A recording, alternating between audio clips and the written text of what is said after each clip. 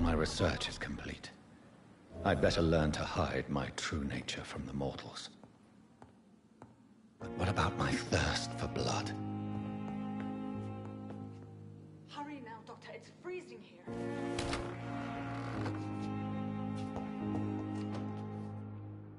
Yes, Nurse Crane? How can I help you? I'm so sorry. I know Dr. Swansea wanted you to rest, but we have somewhat of a crisis. A crisis, you say? Our supply of antiseptics is nearly depleted. I was hoping there was another box up here, but...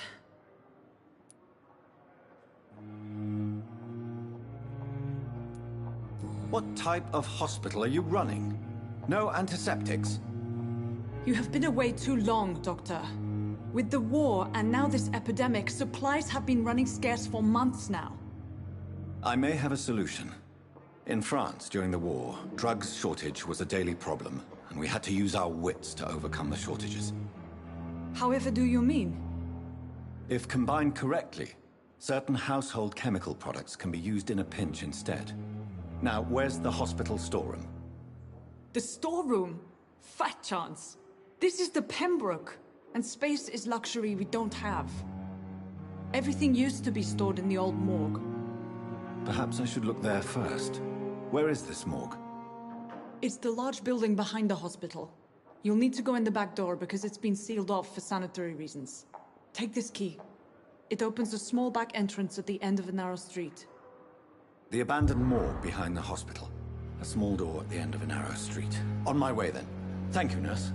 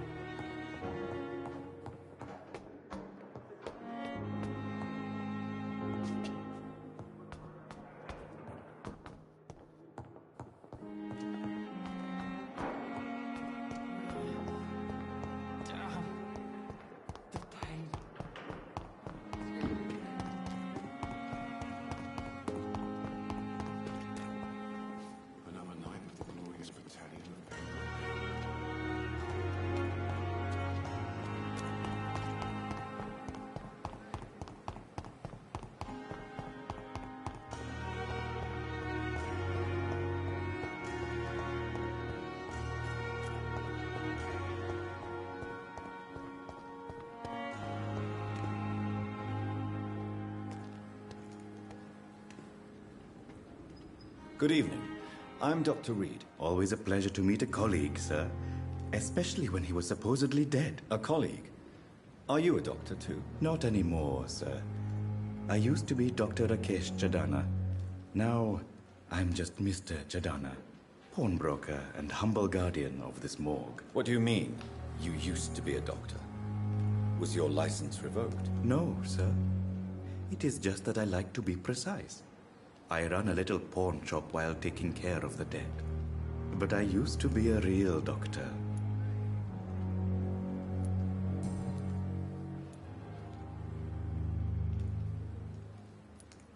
Do you work here alone? Yes, very easy work, sir. All I have to do is watch a few bodies. The situation was very different when the main morgue was still open.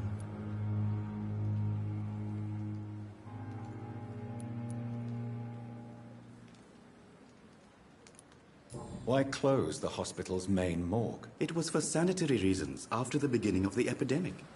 Cadavers had to be moved to the nearest mass grave. Why do you have to watch these bodies? Because these poor fellows have no names. We keep them in case someone comes looking for the missing. Sadly, very rarely happens.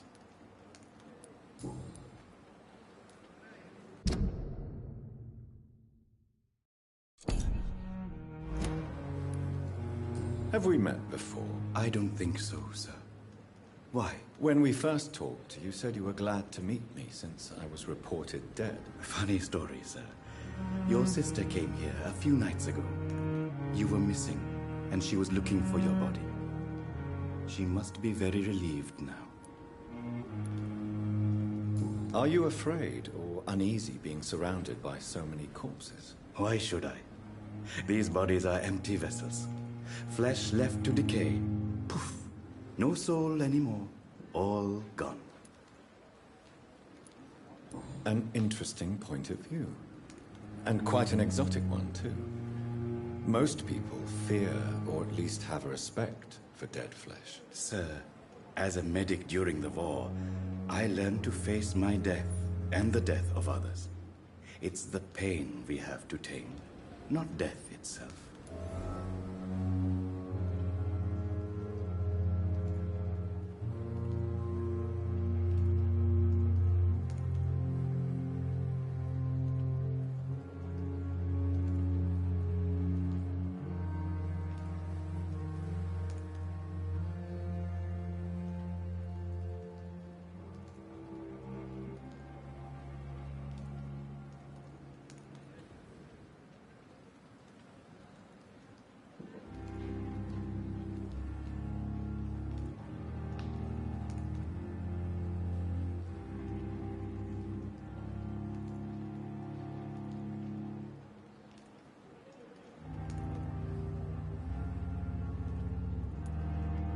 How did you get this job? After I left the army, I worked as an undertaker down by the docks. A dangerous place with many an unpleasant business there. Milton Hooks helped me get a job here.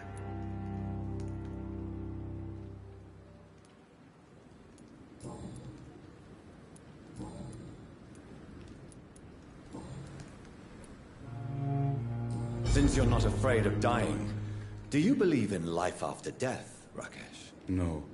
I believe we must do all the good we can while alive.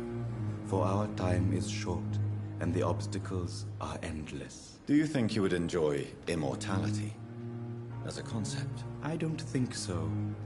Don't mistake me. I love life, and I'd like to live a long life. But everything has to decay, sir. Even goodwill. Do you really believe goodwill cannot last? As I said, sir, everything decays. If I was to never die, goodness, I would be bored or worse. And I like to be helpful, sir. Quite depressing, wouldn't you say? Yes, but the good news is, we'll all die before losing our humanity, sir. So you're ready to die? No, I am not. I don't fear death, for I won't see it. What troubles me is the pain my death will inflict to those I know. You're a wise man, Mr. Chidana. No, Dr. Reed. I am a foolish man. But I like to think otherwise. A pawnbroker? I expect you get all types of people here. Yes, sir. All kind of people. For I sell all kind of goods. What kind of goods? With the quarantine, it's not always easy to buy things. So I trade. I exchange. Some people sell, some others buy. I like to help.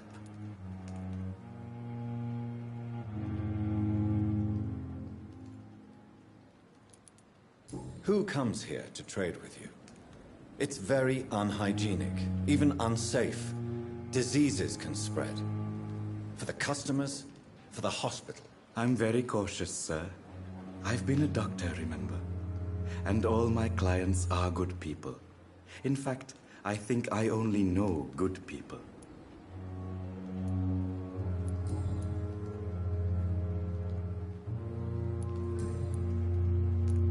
Please show me what you have to sell. Of course. It's just trinkets and curios, really. But I'm sure they can be useful.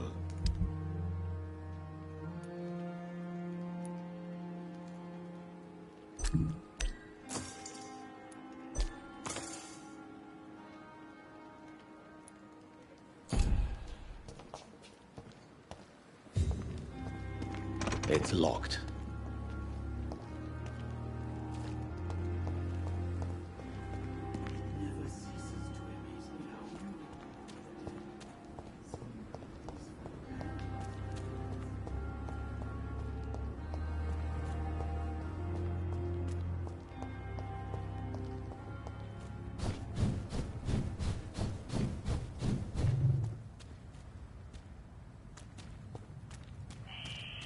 Scowl voices in the garden. I should investigate. If they were to find somebody...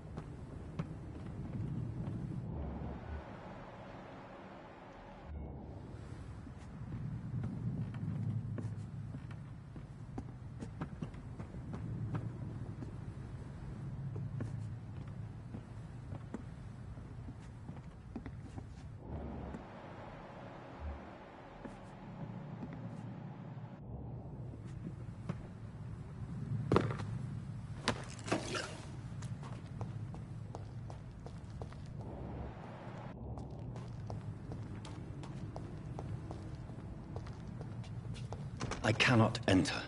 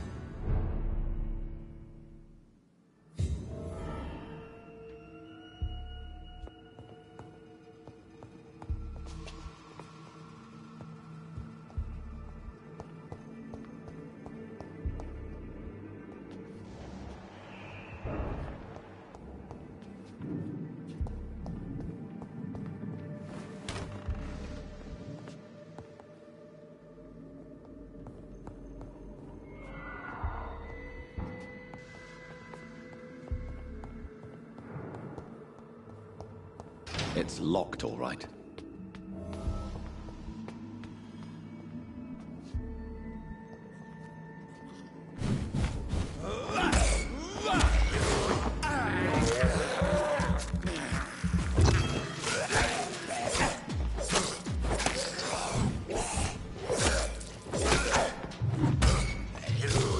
Behavior is similar to the infected William Bishop. Must be the same strain. This sickness moves faster than influenza.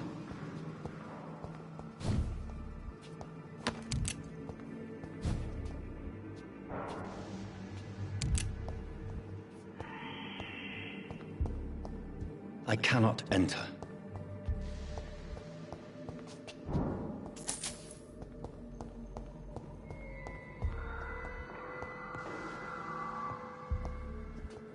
Balls of Mars. Fortifiers. As popular as they are ineffective. But they do contain iron tartrate, and that might prove itself useful.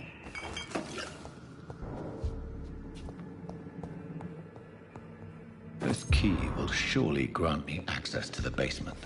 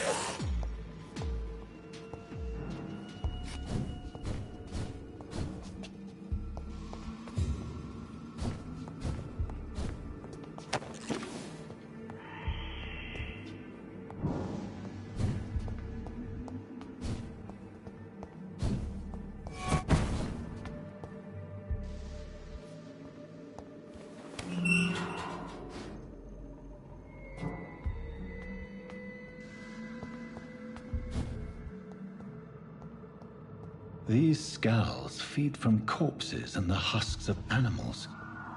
They're not after blood.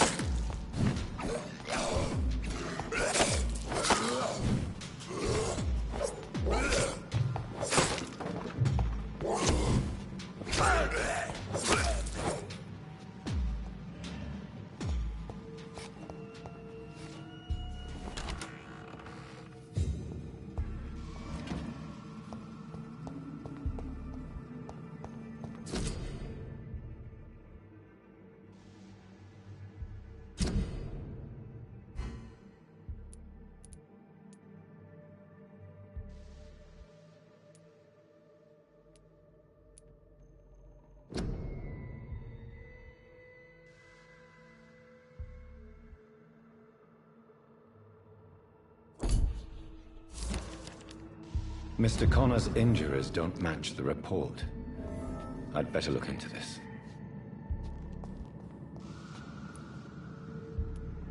Multiple abrasions and scarring on the arms and legs. Old and distinctive injuries of a sailor or a fisherman. traces of a pinkish foam at the corner of the lips. Some sort of drug overdose, perhaps? The chest was originally open to perform the operation. The sutures are clean, but the chest has been reopened. A puncture over the left lung, possibly a chest tube insertion. Not the cleanest work, but I think it was successful. Signs of internal bleeding. So, Dr. Tippett's anesthetics were incorrectly dosed, causing the patient's death. And then he tried to operate on him again. Tippett has made an egregious error. It's time we talked.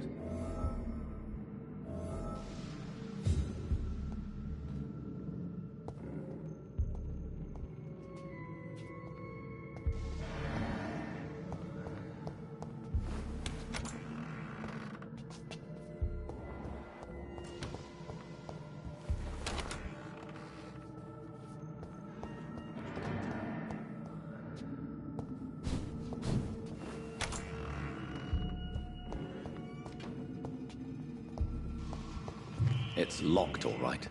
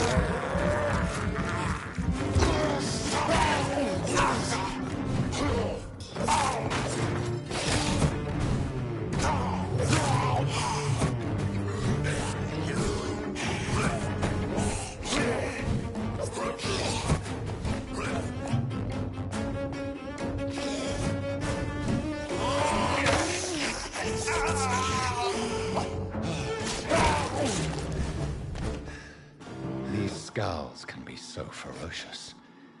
I'm not sure I can defeat them without becoming stronger.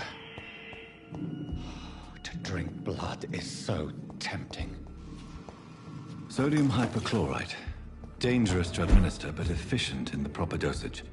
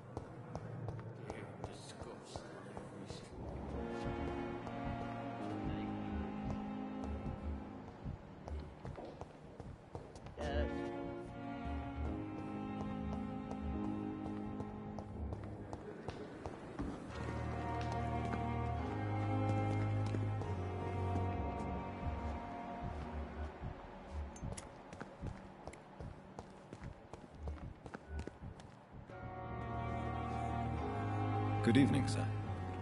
So it is true. The famous Dr. Reed has joined us.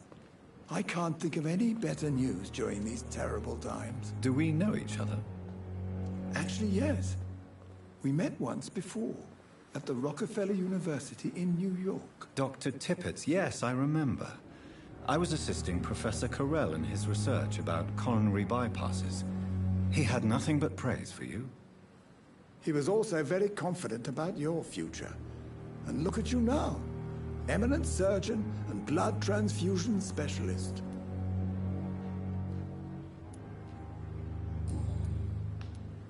What is the Pembroke Hospital situation? And please, speak freely. This hospital is not exactly the best of London. I'm sure you are used to working in a better environment.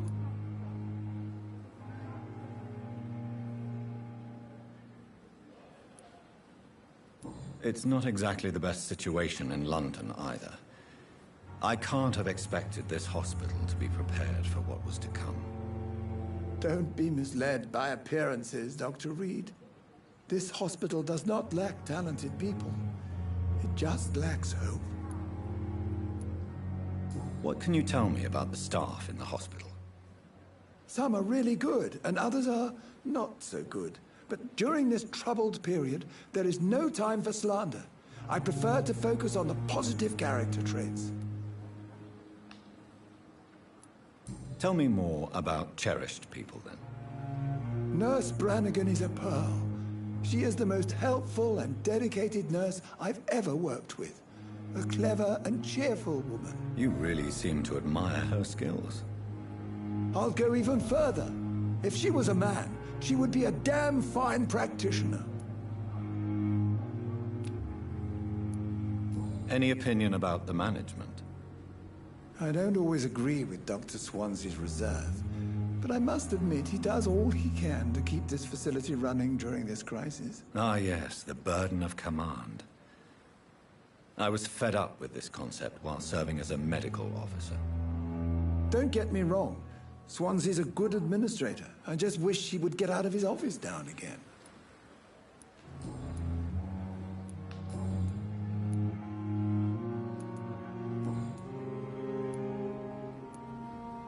Corcoran, I want you to tell me about Mr. Connor. How did he die? What happened? He was my patient. He died because of my mistake. That's the blunt truth.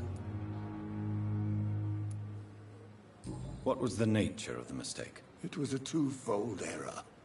My diagnosis was wrong, and the administered dosage was too strong. Why not stop practicing? Are you mad? I killed that man, I admit it, and it won't happen again. I have saved so many lives since then. Who was this patient? I don't know. Some sick man from the docks, maybe a fisherman. I had no time to talk with him. No one claimed the body.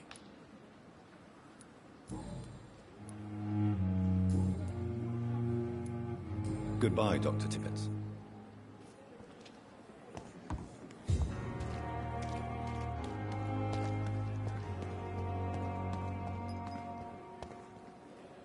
Good evening, sir. I'm Dr. Jonathan Reed. I'm new here. I've already heard about you, Dr. Reed. I'm Milton Hooks, the ambulance driver for this shithole of a hospital. That's quite a blunt introduction, Mr. Hooks. You can call me Milton. I like to speak my mind, Dr. Reed. Perk of the job.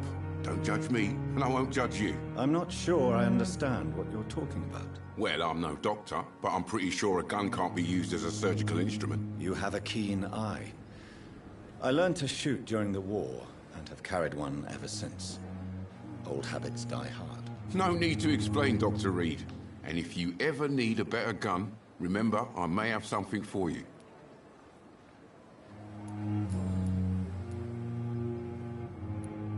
Are you really smuggling weapons through the hospital? And why not?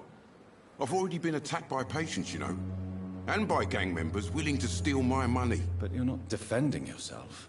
You're selling guns to civilians. You keep people alive your own way, Doctor. I offer them another way to protect their health. How is the situation around here? You want to hear the situation is all right? It's fucking awful. We lack everything, and it's getting worse every day. So what do you do exactly in this hospital? Apart from smuggling guns, I mean. I've been an ambulance driver since... too long, I guess. I bring sick people here night and day. It's a dirty job, but I get it done. Most of the time. Since you're on the front line, how is the sanitary situation in this vicinity? It's a complete disaster. It's even getting dangerous to enter some streets or buildings. Even the locals attack you. It sounds like things have been a bit rough recently. What's happened? Yesterday I got attacked by the patient I was bringing here.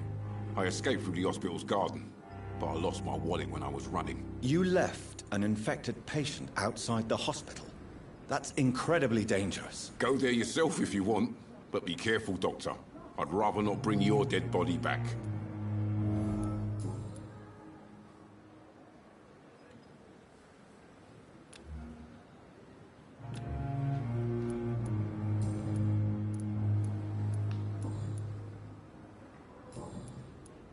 I'd like to see your goods. Wise choice, Dr. Reed. A reliable gun is what everybody needs these days.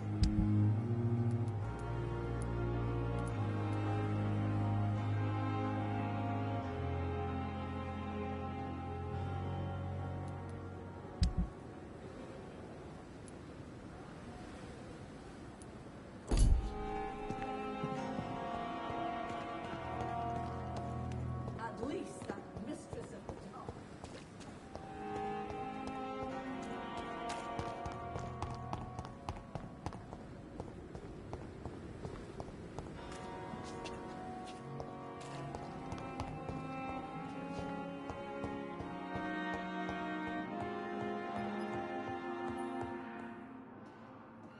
Yes, Doctor? Exactly how bad is the supply situation here at Pembroke? It really depends. Dr. Swansea deftly works his society contacts for monies, but with the quarantine, well, we're in God's hands. Please, could you point me in the direction of the morgue again? It's the large boarded-up building behind the hospital. You can't miss it. The key I gave you will open the small back door to it. Why then do you always work the nights? Don't you ever sleep? At the Pembroke, we're always hands on deck. Your dedication to the Pembroke does you credit, Nurse Crane, but when do you sleep? We staff get our sleep when we can, Doctor. Nursing is a vocation, not the labor of a journeyman. Lack of sleep and the medical profession always ends in disaster. I've witnessed many a colleague succumb to stimulants to fight exhaustion. Drugs were as deadly as bullets in the trenches. London's trenches start here at Pembroke Hospital. We are on the front line, make no mistake.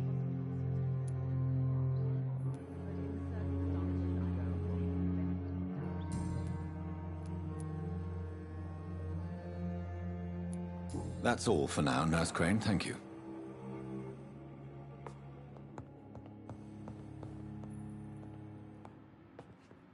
Good evening, madam. Can I help you? It's my son who needs you, sir. I'm Dr. Jonathan Reed. How can I help your son? I'm Beatrice Goswick, mother of Mortimer Goswick. Could you check on him, please, Dr. Reed? I've heard much of your talents as a physician. Goodbye, Mrs. Goswick. Good evening.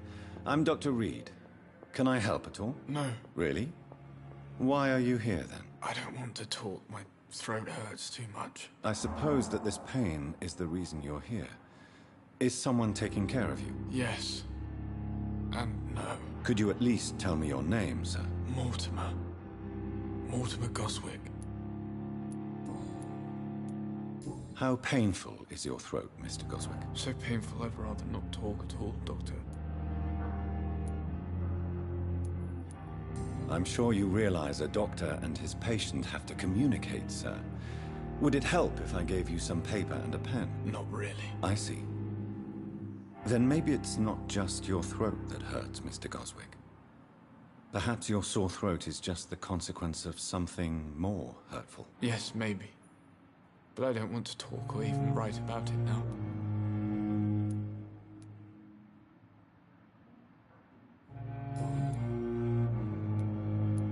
I have to go now, sir. But don't hesitate to contact me if you need any help. Good evening, sir. Doctor.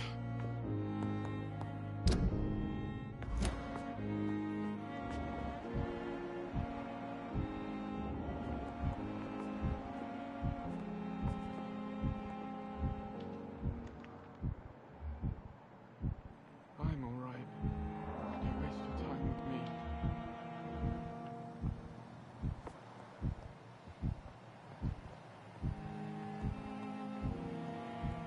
I will not let you down, Mark.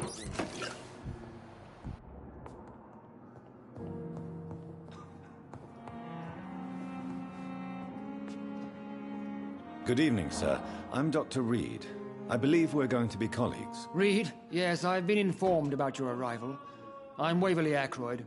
Welcome aboard, I suppose. Does my arrival inconvenience you in some way, Dr. Ackroyd? Let us just say that I don't particularly share Dr. Swansea's enthusiasm for hiring you. What we need here are reliable professionals, not overrated dabblers.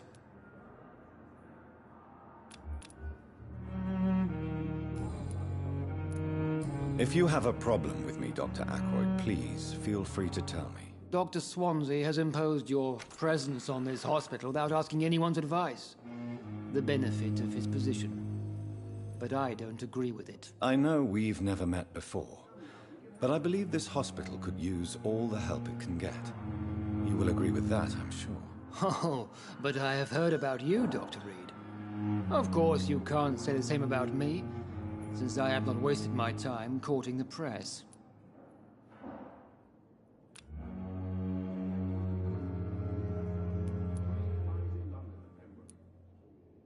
There is no need for such animosity between us. Don't you think the epidemic is already enough to deal with? That is one point we could agree on.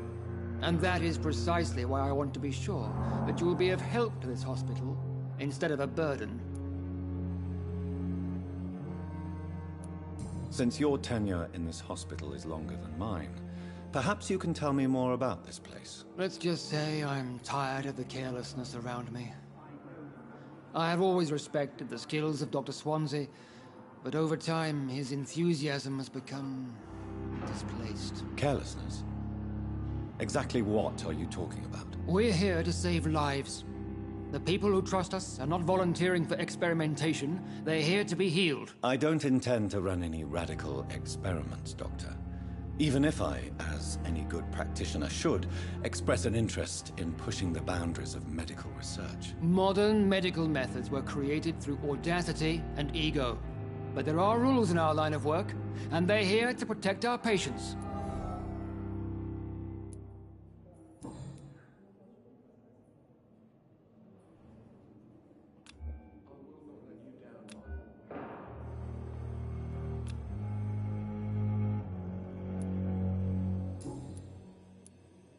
I don't know what you've heard about me, but I have already proved my value as a practitioner. I don't question your skills, Dr. Reed, but your motive.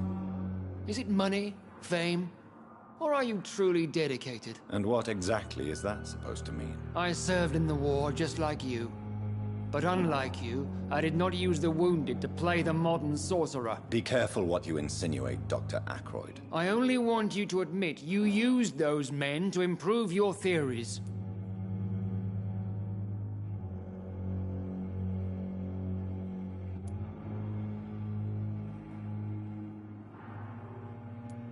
This is ridiculous. My blood transfusion technique saved many lives, and you know it. You see? That is exactly what I hate about people like you.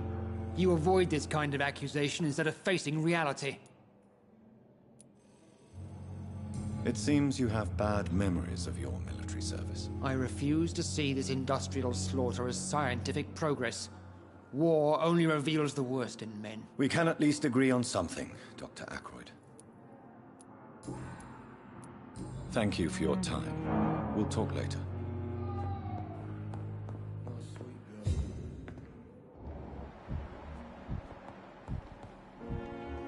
Come now, we can handle this.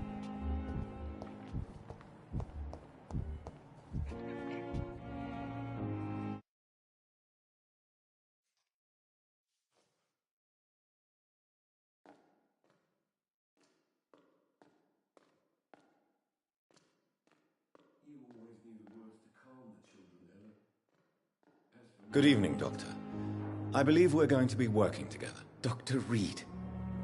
Dr. Swansea informed us of your arrival, but I could not dare to believe we'd have such good fortune. Such an honor, sir. Thank you. And you are? I am Thoreau Strickland, Dr. Thoreau Strickland. I'm a great admirer of your work, Dr. Reed.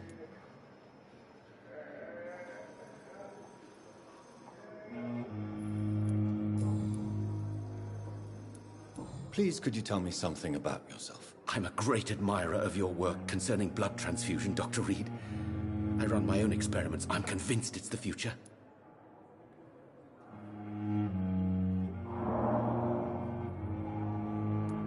I based my technique on my mentor's research. He helped me perfect my method. What is yours? I'd rather not talk about it. For now, it's just theories and first approach. My process is purely experimental. And unsuccessful. As long as you're cautious and methodical, you may remain empty-handed, but you won't fail. You're not the first one to warn me. But I am convinced knowledge is the main weapon against the ravages of this epidemic. What made you choose to be a doctor? I'm not ashamed to admit you and your work have inspired me. I am honored to have the opportunity to work by your side.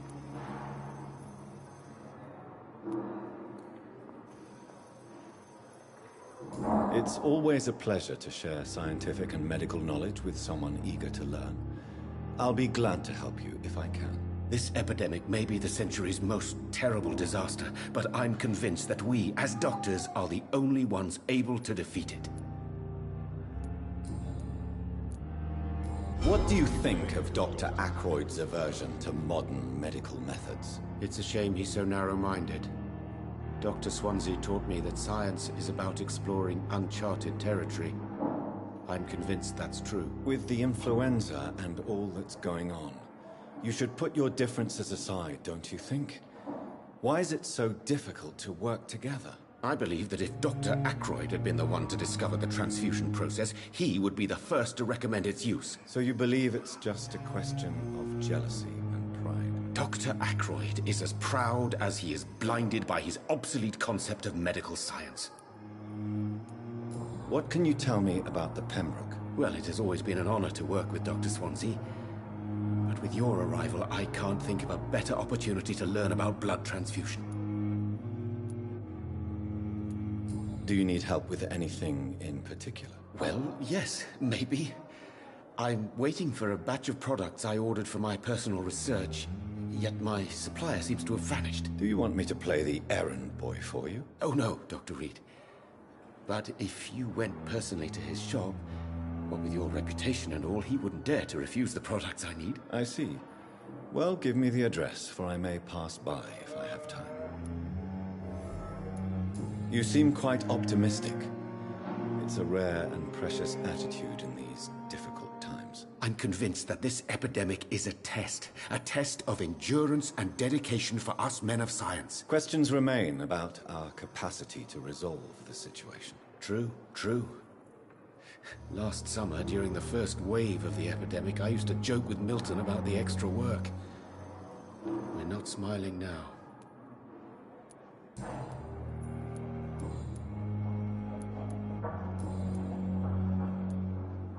Tell me more about your willingness to experiment with new medical techniques. Harvey Fiddick is a patient suffering from a severe injury that could cripple him if not treated correctly. I'm convinced your blood transfusion technique could help him. What is it you really want? To save him? Or to prove your point? Fair question. I want nothing but to save my patient, Dr. Reed. Especially since I know Mr. Fiddick's story.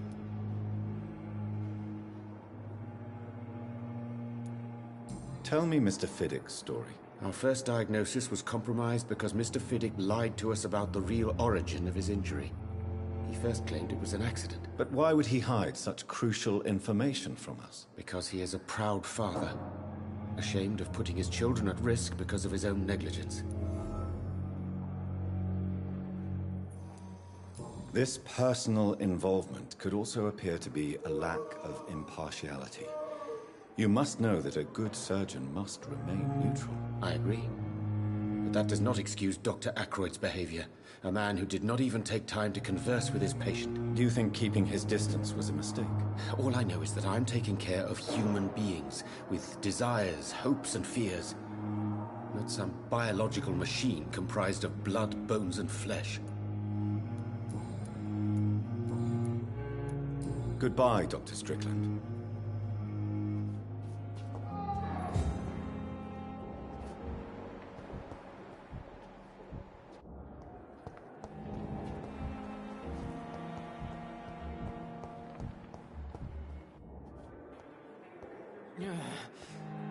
Good evening, miss.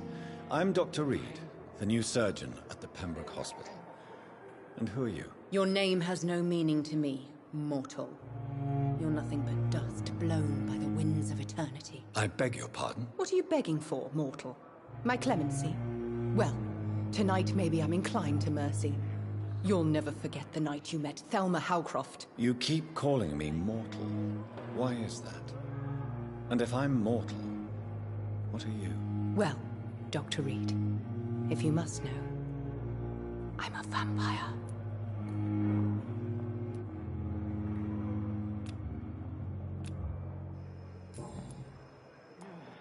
And why do you believe you're a vampire? I don't need to believe anything. It is what I am. It is what I feel within this hollow shell of flesh. Please, describe to me how you feel. What is it like to be a vampire? I can hear my body crumble from the inside as my flesh cracks and fades. I sense the last pulse of pustulant blood within my drying veins. I need new blood. I see. Have you ever heard of Cotard syndrome, Miss Howcroft? Never. It's a mental illness discovered by a French neurologist named Jules Cotard. The affected patients are delusional. They believe that they are putrefying, that they are dead, a ghost or a ghoul, or in your case, a vampire. Delusional, you say? Oh, sad and petty mortal. You can't even begin to understand the concept of immortality. And you think it is I who am delusional. I'm assuming you must be a patient here. Am I right, Miss Howcroft? It's only a cover. To hide from my enemies. I can leave whenever I want. As a woman, a spirit, fog, or bat. Who are these enemies you mentioned? Can you describe them? I cannot say for sure. But I sense their eyes on me from nearby. I feel them watching me every time I visit the garden near the morgue. The staff here are not your enemy. They're here to help you, to care for you. I'm not speaking of the doctors in white. I'm speaking of the men and women who hunt me. For I am a vampire! I see. Don't worry. These people will not find you here. I'll personally make sure they leave you alone. Thank you, mortal. But do not interfere with them, for you are no match for those that hunt me.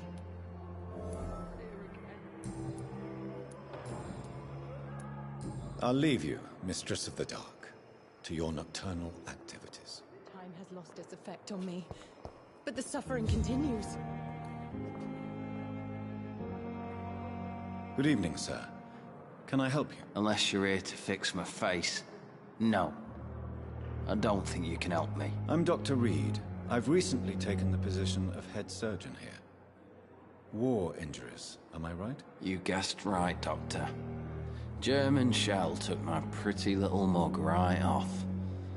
But they still call me Thomas Elwood. How is your stay with us, Mr. Elwood? Oh, it's bliss. I just escaped death in the trenches to be surrounded again by the moans of the dying. Can I ask you precisely why you're a patient here? It's the pain, sir. The drugs don't work. It just hurts under the scars, if you get my drift. Can I do anything for your pain? Nurses gave me a bunch of pills. No effect. Told you. It's like the flames are under my skin, burning away. Who is treating you? Is someone in particular looking after your case? Nobody since the old and tired doctor spoke to me. Started to think I was forgotten about. Wouldn't blame you. You don't seem worried by that. My face hurts so much more when I smile or cry. I've learned it's easier not to speak. But be assured I'm smiling inside.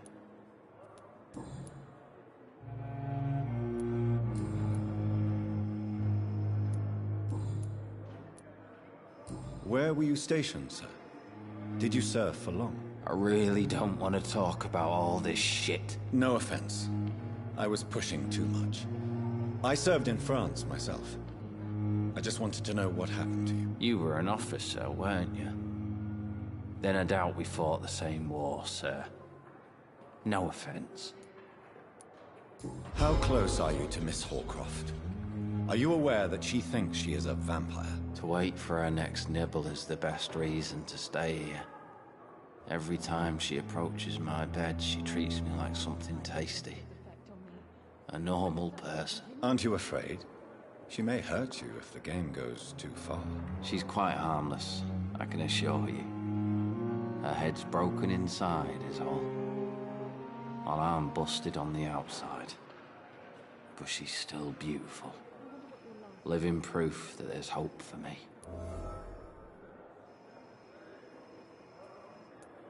So do you let her bite you? You know that's not sanitary. And why not? She's only supping a few drops of me blood. And the pain, it's real for once. She could decide to bite less willing patients. Then it's another good reason for me to stay here, Doctor. You do realize she's mentally disturbed. It's called the Cotard syndrome. She truly believes she's a vampire. In her madness, she never refers to my scars. And frankly, if I could, I'd join her world. It seems much more fun than the real one. Goodbye for now, Mr. Elwood. Disgust on every street corner. The daily routine.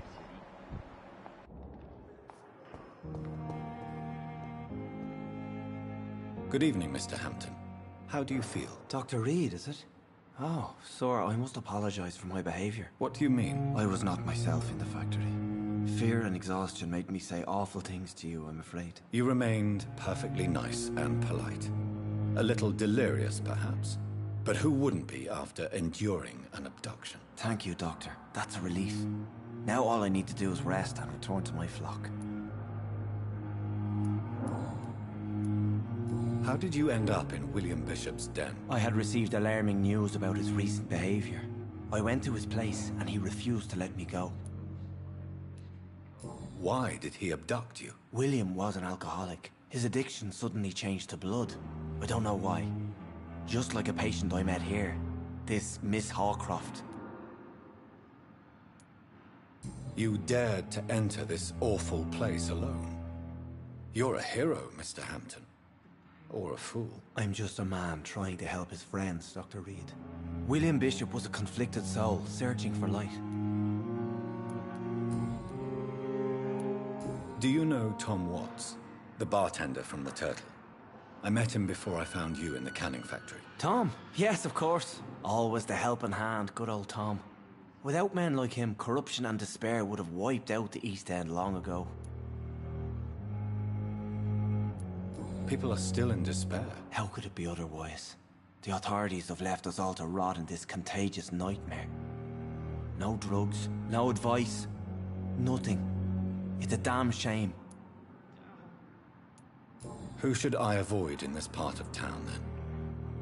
Any particularly evil figures? Not really. Most men and women are just doing their best. And it's not my habit to speak ill of people I know, Doctor. What is the general situation in the East End docks? The situation has always been tough, with a lot of tensions between the gangs and the Dockers' trade union. The Wet Boot Boys are very nervous since they lost their leader. Who leads the gang now? Since Clay Cox went missing, it's his wife Edwina who runs the show, with the assistance of her minion, Booth Digby. Has the gang been threatening you? Ah, no. I've had this nickname for so long, you know, the sad saint of the East End. No one dares to bug a saint, Not even criminals.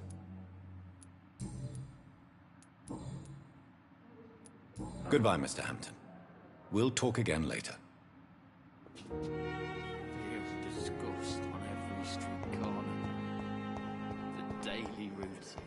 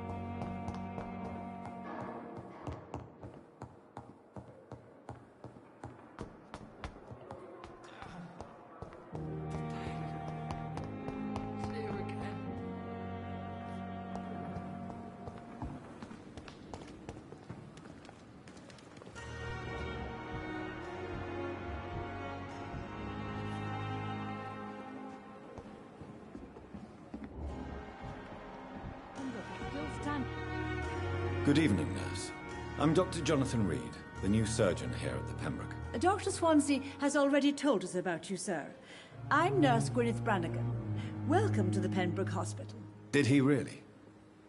It's a good thing I wasn't hoping to keep a low profile. All members of staff have already read about your new blood transfusion technique. Dr. Swansea made sure of that. I see. Well, I'm a little surprised, but I suppose I'll just have to deal with this unexpected notoriety. You must know, blood transfusions are Dr. Swansea's primary subject of research. He is convinced it is the future.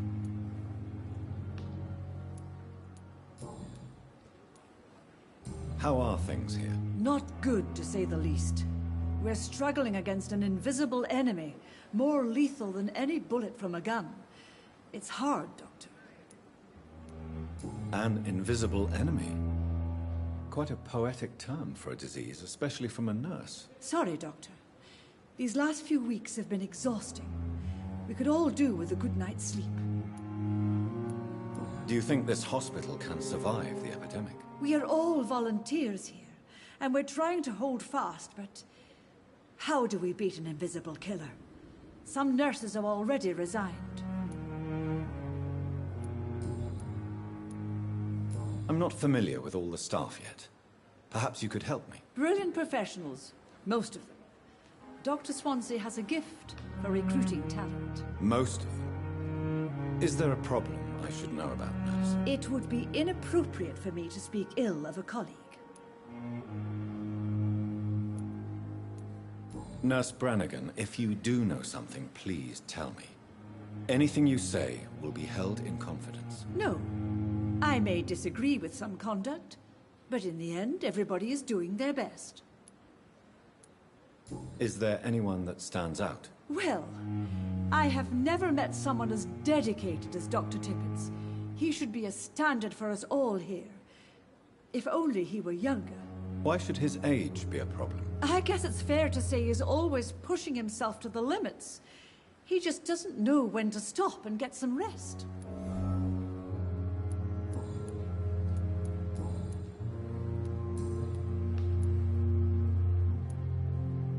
Why does Dr. Tippett claim you're the main reason he keeps working, despite his fatigue? If it wasn't for him, I probably would have left the Pembroke years ago.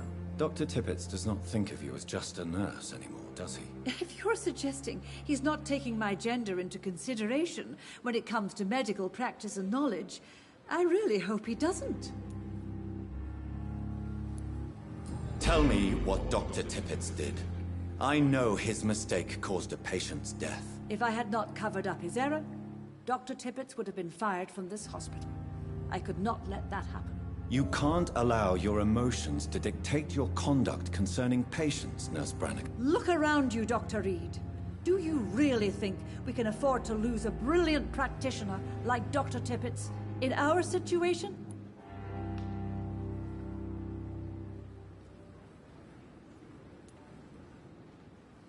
I can't say I approve of what you did. But as a field surgeon, I know that some situations require you to bend the rules. I'm not proud of what I've done, but to contain the epidemic must be our priority, so we can't afford to lose Dr. Tippett.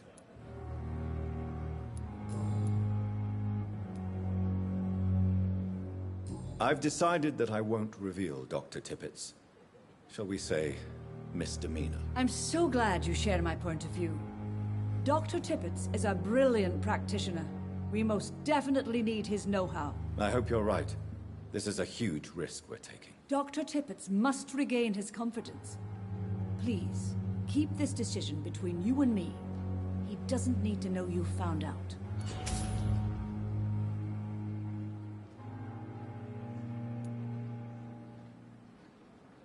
Goodbye, nurse.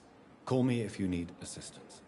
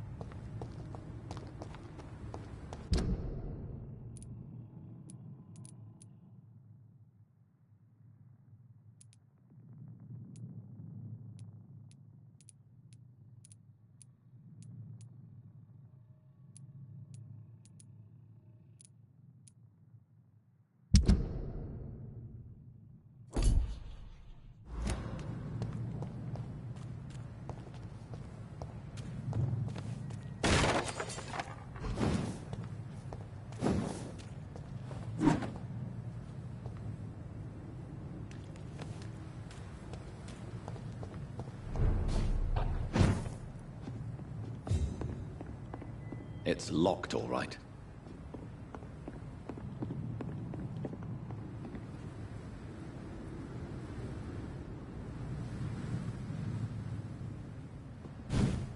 Easy, Doctor!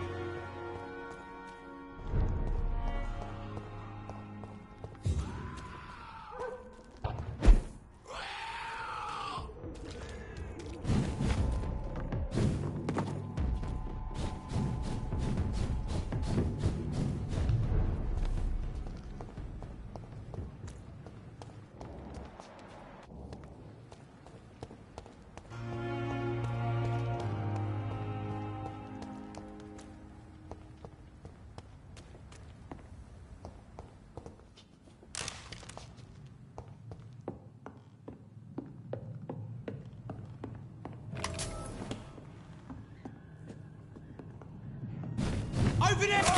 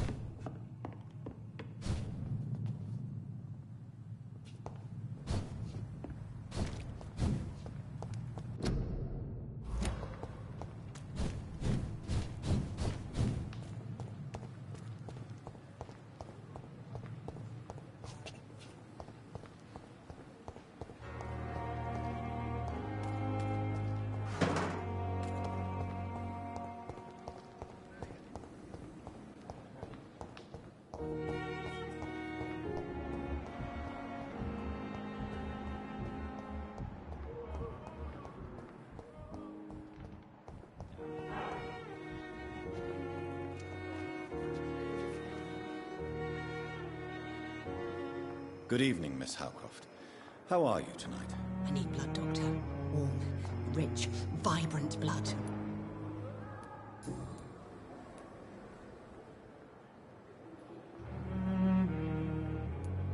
Who are you really, Miss Howcroft?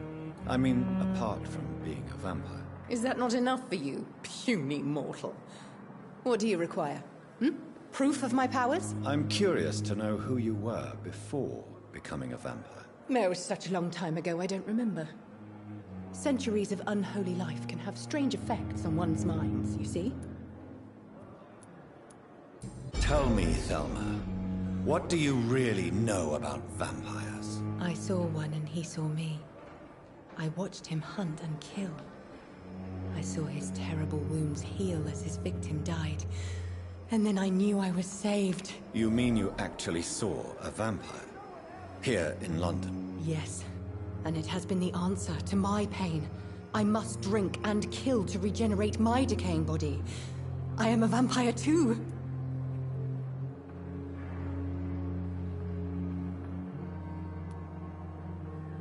You have no idea what problems your claim could cause if heard by the wrong people, Miss Howcroft.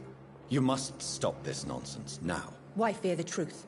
Strange things live in the dark, Dr. Reed.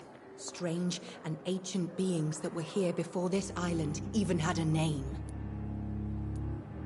Tell me, Thelma, why do you feel so attached to Mr. Elwood? Why him?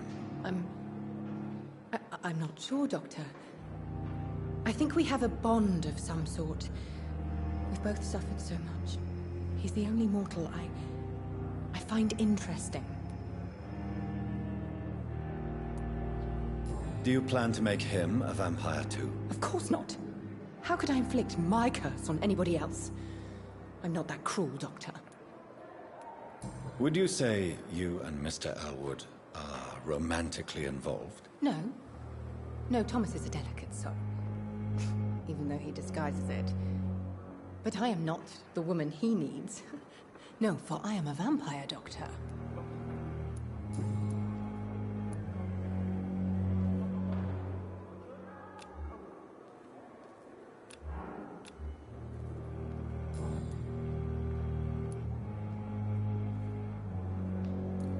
I'll leave you, Mistress of the Dark, to your nocturnal activities.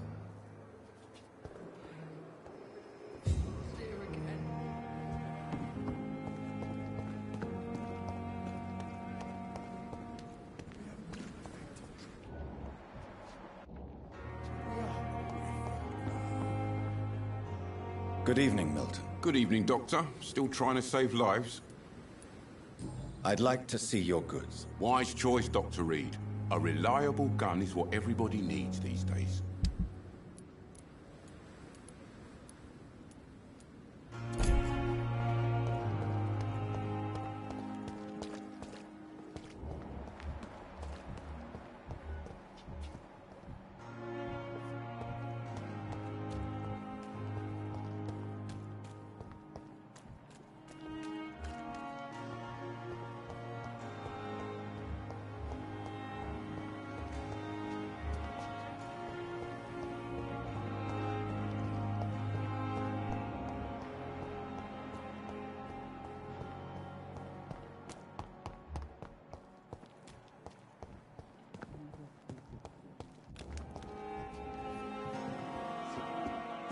Good evening, Dr. Reed.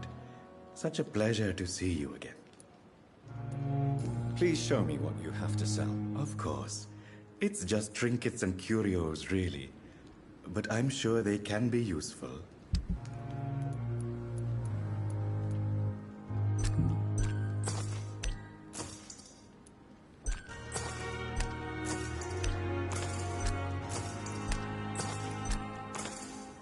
Never ceases to amaze me how you, the dead.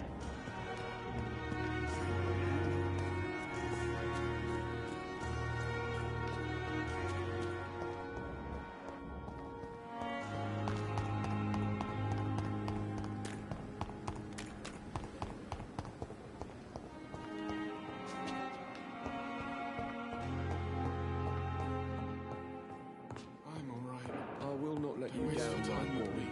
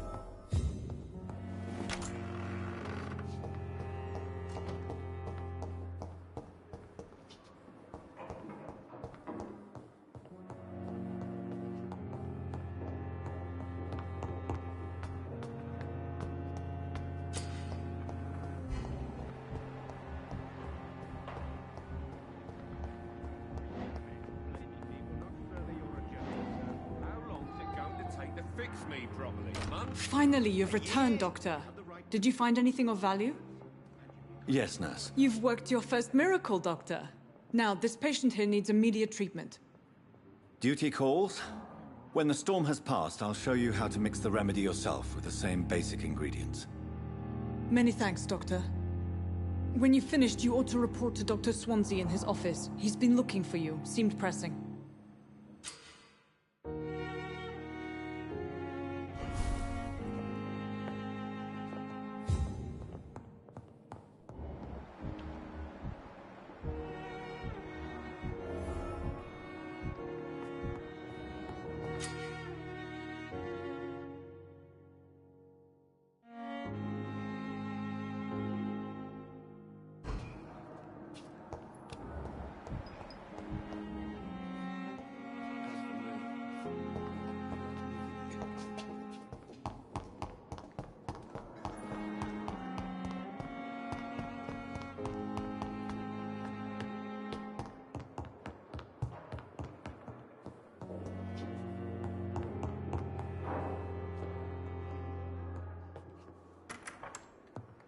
Please, Jonathan, come in. Fascinating, is it not? In the last decade, so many mysteries have been brought to light with our microscopes. The human body, biology's penultimate frontier. The more we explore its boundaries, the less we're able to trace a clear line between life and death. You, my friend, have a foot in both countries. The view must be vertiginous. It's at least as vertiginous as chatting about vampires with you, I would say. This must be all so new to you. This area of town, the hospital, a brand new life. How stimulating it must be. I wish I could share your enthusiasm, Dr. Swansea. But my condition defies scientific categorization. Undead? Unalive? Immortality defies logic. I cannot express my thrill at this serendipitous turn of events. The world's most eminent specialist in blood transfusions, a vampire. One might say a gift from heaven.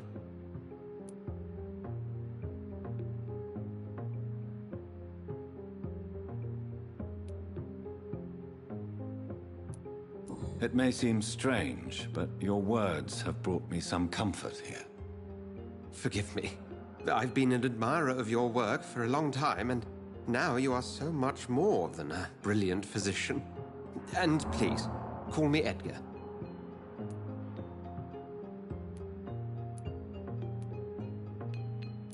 There is no need to apologize, Edgar. You offered me sanctuary when I had none. Very well. I have a task for you, Jonathan. Something that will require all your newfound skills. Please, go on. The Pembroke only survives through the generosity of our benefactors. Unfortunately, our main donor has found herself in a bit of a bind. Now, if you could help her out... A spokesman or politician is what you need. That's not my calling. And until I come to understand what has happened to me, I require discretion. Discretion is in order, Jonathan.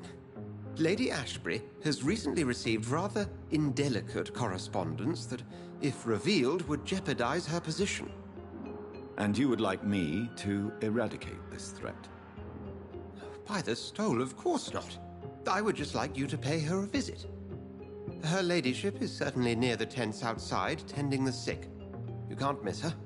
Look for someone impossibly delicate. Accepted. I'll see what kind of trouble Lady Ashbury is in.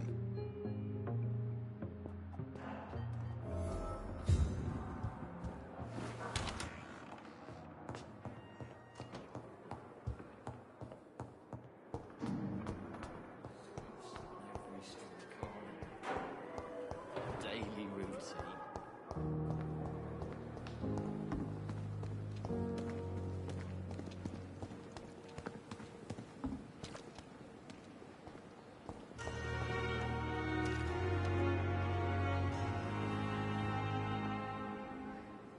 The flu took my dear wife, Emily. I take comfort knowing we'll soon be together again. Mr. Rainfield, that's no way to talk. You're in good hands here, and we'll be up again soon enough.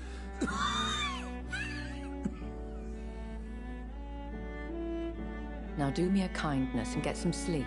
I'll be back round later. Your words are kind, the blessings of an angel. You're the sweet, sweet Lady of Mercy.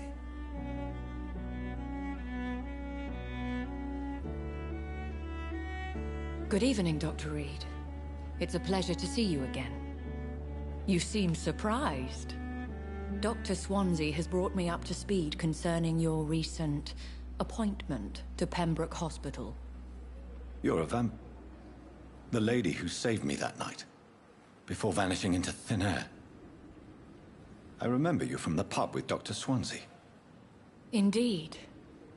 Allow me to introduce myself formally this time. My name is Lady Ashbury.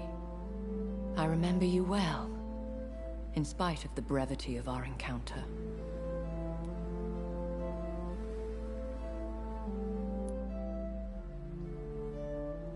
Apologies. You've taken me by surprise. I'm very happy to see you. The pleasure is mine, Doctor. I hope you're more disposed to answer my questions now. You must have countless questions, but our rather urgent matter first. Swansea has explained. My cover, if you prefer, has been compromised.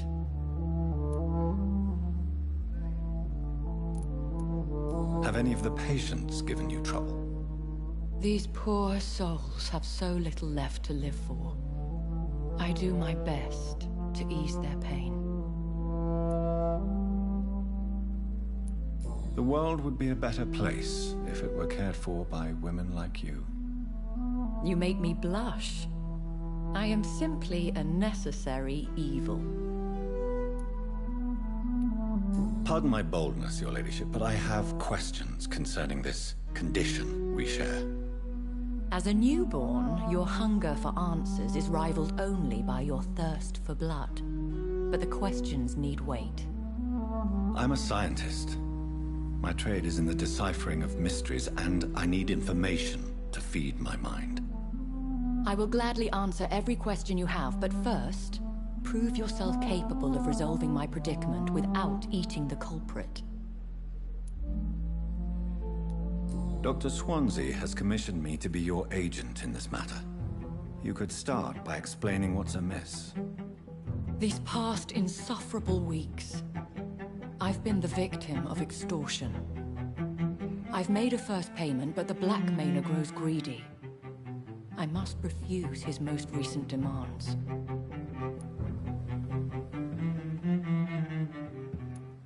What are your expectations?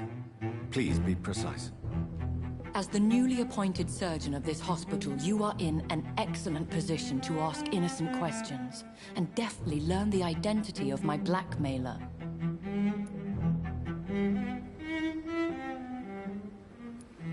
Who would be so foolish as to threaten you?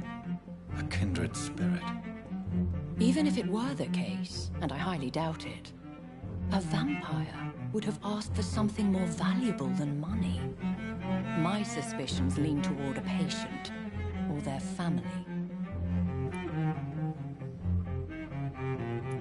If we're dealing with an ordinary criminal, surely you've the means to deal with it yourself, if I may. As immortal tradition doth dictate, all fangs and hypnotic eyes ablaze, the blood would run like a river.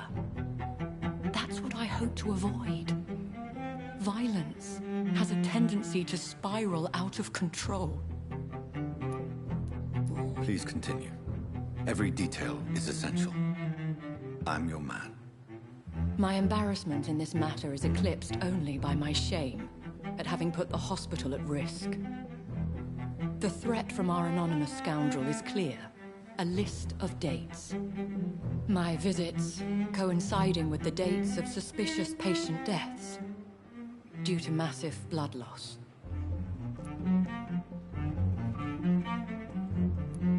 I'll take care of it. Do you know where I should start? If that was the case, I'd settle the matter myself. You could talk to our local gossip, Harriet Jones. Not a pin drops here without her hearing about it. I'll meet that woman now. My life, as others know, is in your hands, Dr. Reed. I'm sure of your discretion, but I do fear your powers of persuasion will be put to the test. When this is resolved, I'll be your obligé. I'll answer all questions in regards of your condition.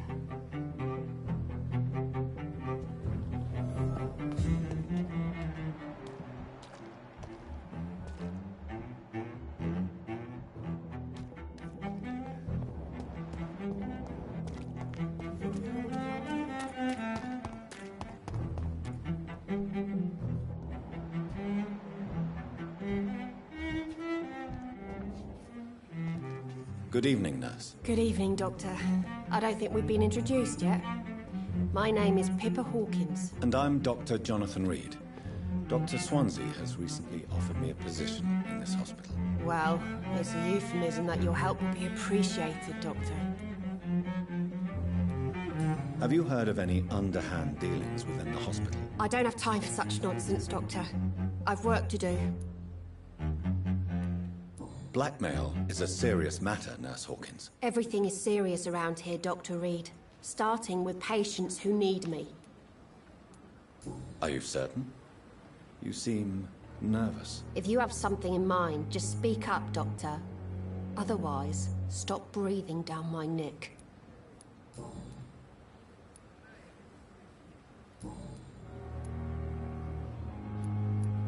How would you describe the situation at the Pembroke Hospital? It's serious.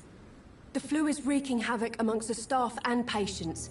We are running out of everything. You must get a hold of yourself, nurse. Sorry, I'm exhausted. No one has any idea when this epidemic will be over. Nurse Hawkins, the Spanish flu won't last forever. Even the Black Plague didn't kill everyone. I wish I could believe you. But what if this epidemic was worse? What if in the end, nobody was spared? How long have you been a nurse? Well, long enough to see that the epidemic is winning. And no matter how qualified you are, don't tell me you'll change that. You'd be surprised what dedication can achieve, Nurse Hawkins. In medicine, sometimes we're just a test result away from a miracle. Sorry, Doctor. I don't want to sound bitter, but I'm just too tired to give a pep talk like Nurse Brannigan. How is the Pembroke staff coping with the epidemic? Well, not well. Milton, the ambulance driver, is even more grumpy than usual, especially concerning doctors. Why is Milton grumpy on a daily basis? Is it just an act? Milton's not the kind of man who's bothered about a bad reputation, whether he deserved it or not. Why does Milton dislike doctors? I don't know. Just ask him. But be warned, Milton is not the chatty type.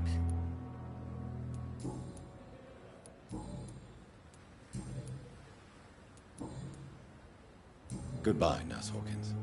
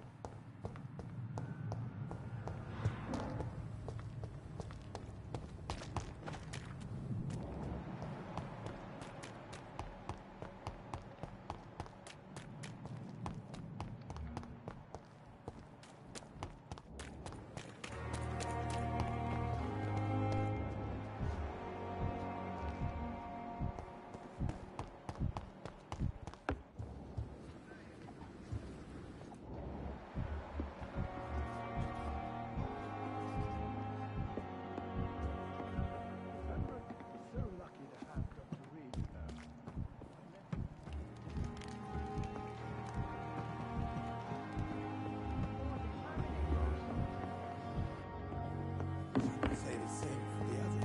You look exhausted. You're pushing yourself too hard. You don't have to bear the burden. Good evening, Dr. Tippett. Dr. Reed, any good news to share?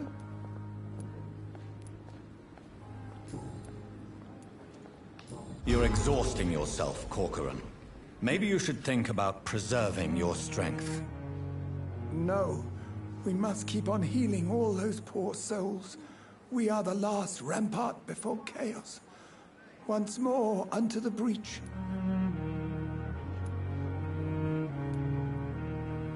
Nurse Brannigan is worried about you, Doctor. She should not have told you that. I will have a word with her. You don't have to blame her for her honesty. I'm not that kind of man, my dear Jonathan. Actually, Nurse Brannigan's opinion is the only one I may listen to.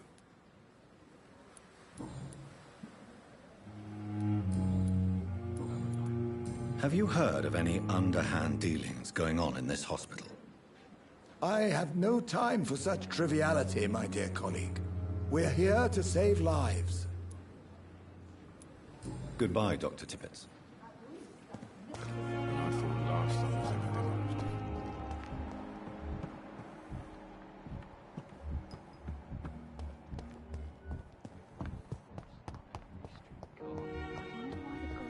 Daily routine.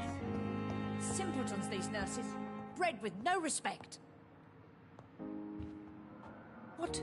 What? What is this? Who are you? Get out of my room. There's no need for alarm, madam. I'm Dr. Reed, the new surgeon. Preposterous. Dr. Reed, you say?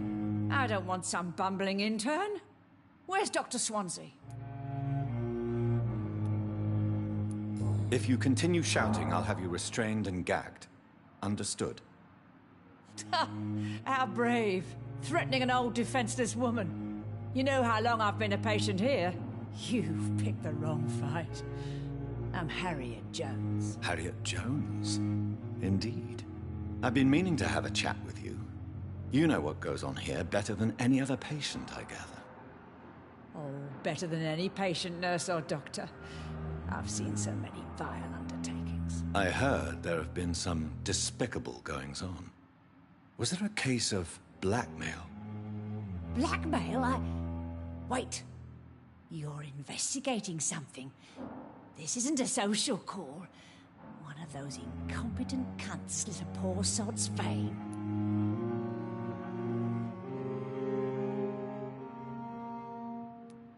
I assure you, madam, this is not an investigation into a possible medical error. Debauchery, then? Nurses Crane, Hawkins, Brannigans, whores, all of them. They can't keep their legs shut. I've seen them scratching slutty sores. Really? Well, if you have irrefutable proof, I'll not have the staff behaving in such a manner here. This is your business, Doctor, not mine. But I swear one of the nurses is cavorting with some man on hospital hours. Thank you for your time, Miss Jones. You've given me something to go on. See you on the next round.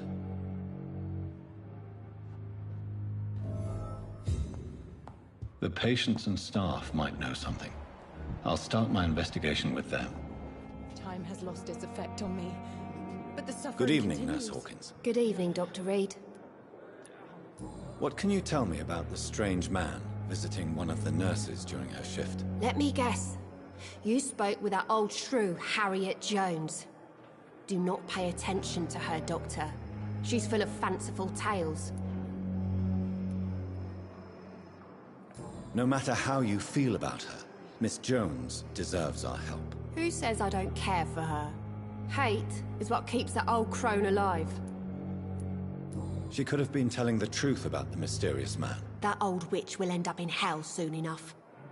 Who cares if a nurse finds some happiness where she can?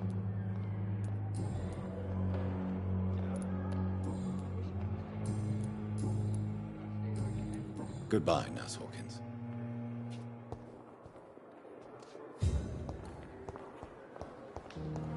Patients are not fools.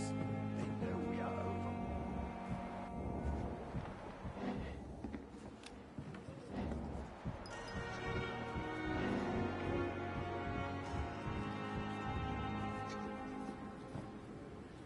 Good evening, Nurse Brannigan. Good evening, Doctor. Have you seen a strange man visiting any of the nurses here? I've never heard of such a thing, Doctor. Do you know if any of the hospital staff have criminal backgrounds? The people who work here all come from very different backgrounds, Doctor. Just like the patients.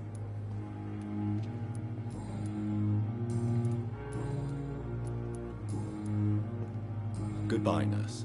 Call me if you need assistance.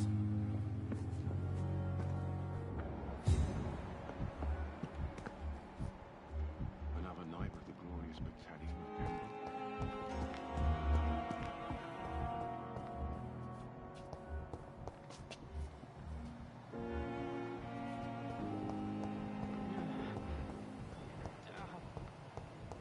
I'm really sorry, sir. I'll be back in a couple.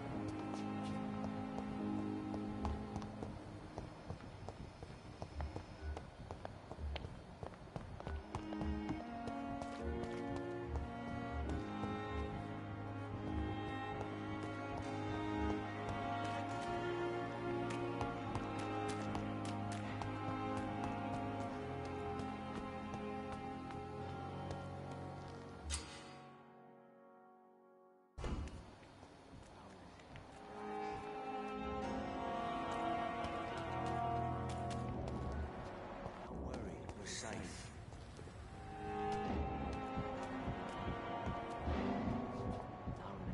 Relax.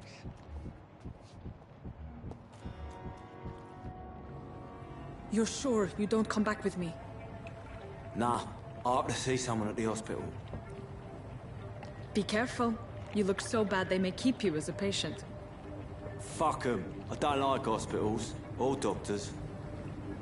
Well then, when you go back to Whitechapel, you may find this useful. What is it? A pass for a free medical exam by the best nurse available. Just read it. I don't read well, but thank you, I guess.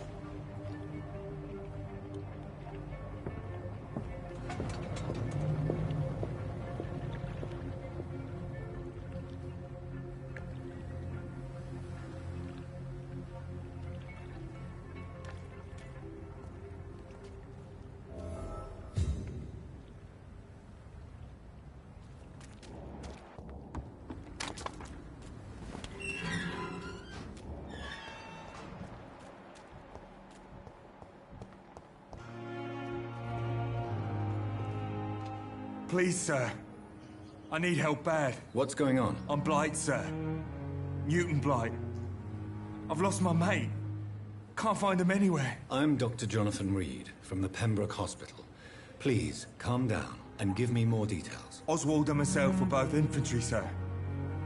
We were en route for the hospital, but we had a disagreement.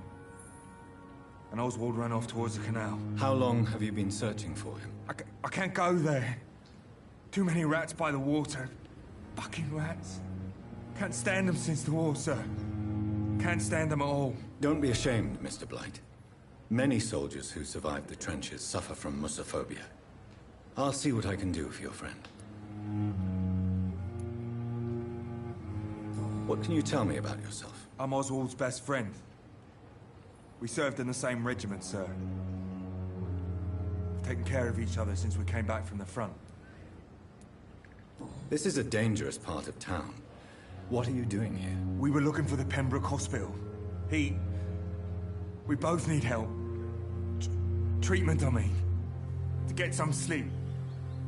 Just need to feel better, sir. Where was your friend the last time you saw him? He went down by the canal. He didn't want to go to the hospital.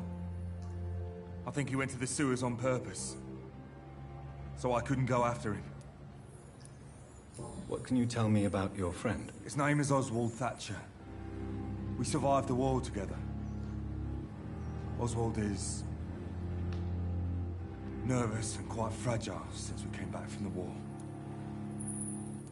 I have all the information I need for now. If I find anything out about your friend, I'll let you know as soon as I can. Thank you, Dr. Reed.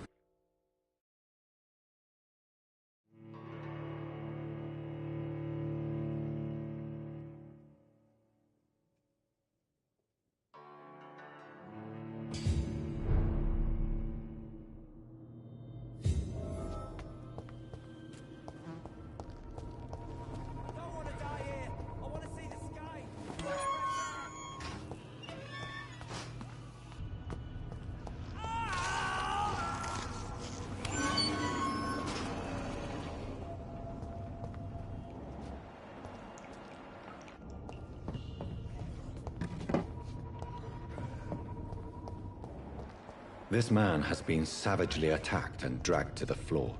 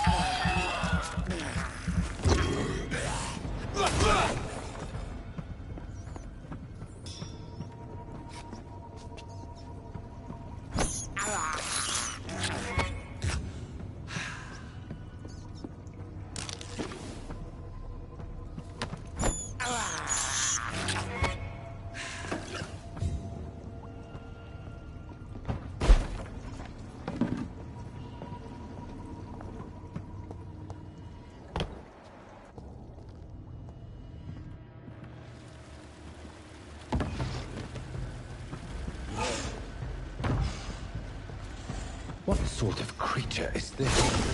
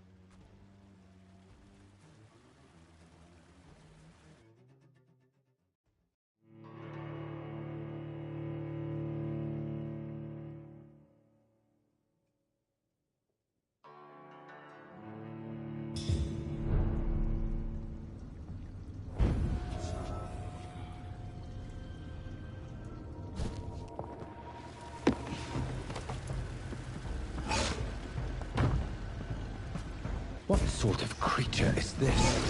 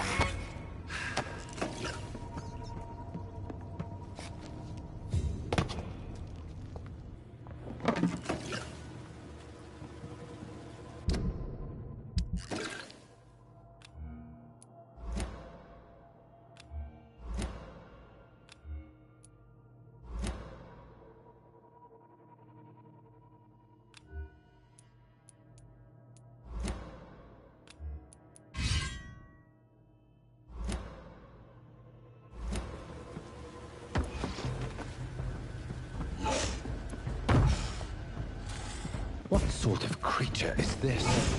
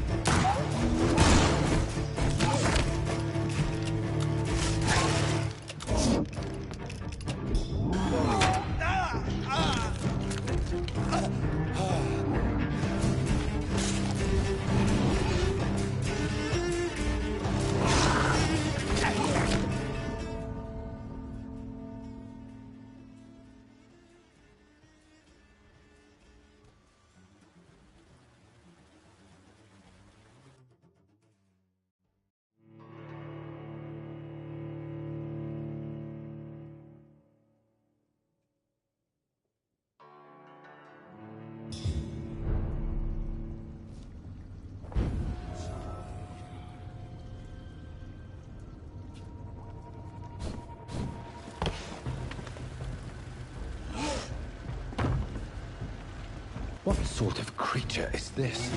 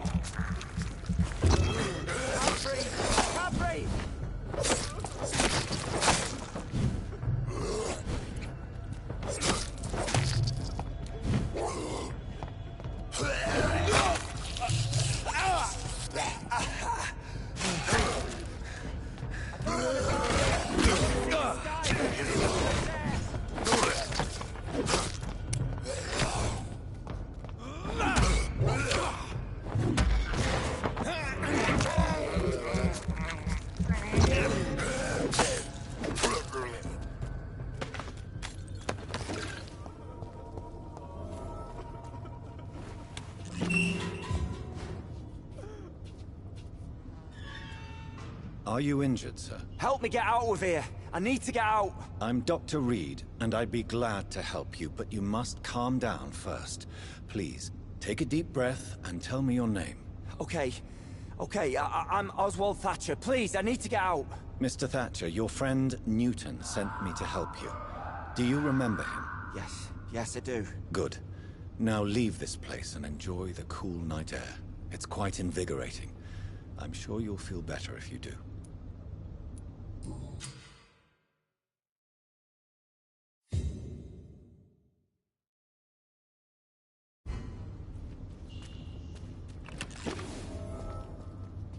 Are you sure you're all right, sir? Yes, I'll be... as soon as I can see the sky again.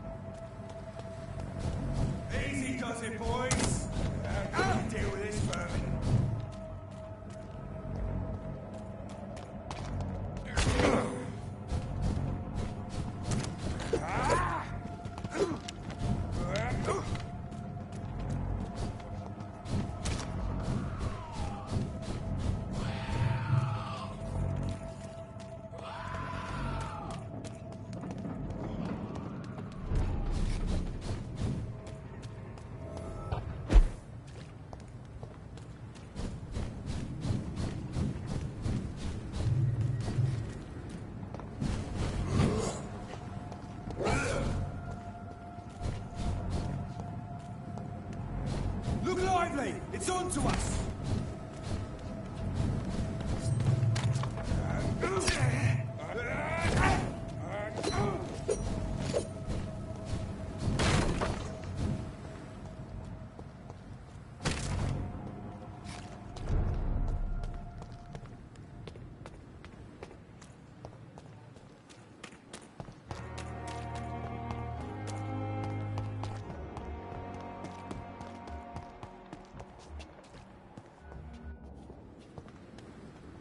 Good evening, Milton. Good evening, Doctor. Still trying to save lives?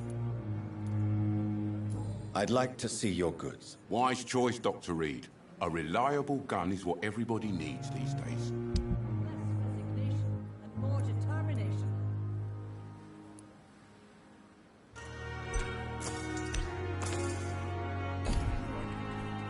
Good evening, Milton. Good evening, Doctor. Still trying to save lives? I'd like to see your goods. Wise choice, Dr. Reed. A reliable gun is what everybody needs these days.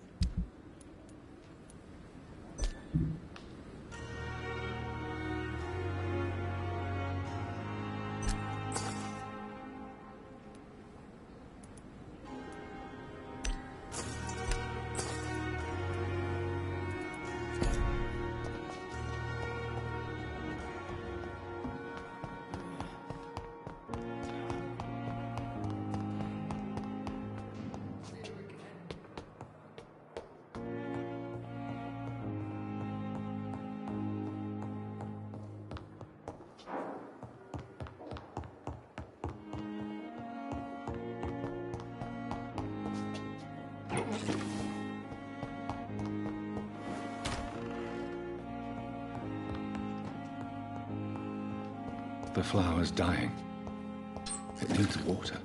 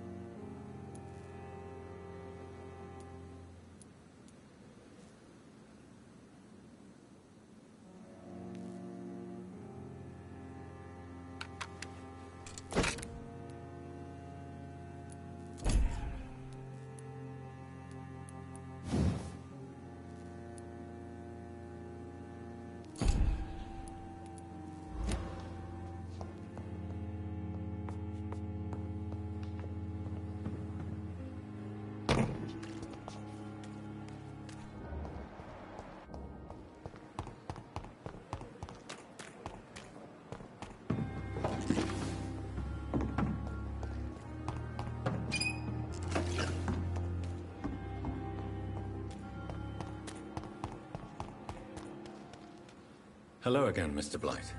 I'm happy to see Mr. Thatcher is safe, for now. I'm eternally grateful, Doctor. We were total strangers and you helped us anyway. Can't thank you enough, sir.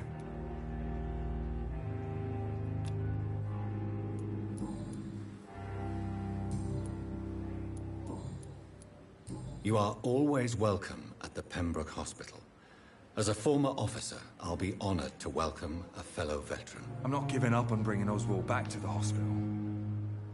I just need to convince him that he needs some help. Perhaps he needs to reach that decision by himself. Could you speak to him? He doesn't usually listen to doctors, but perhaps because you've been through it, you can talk him round.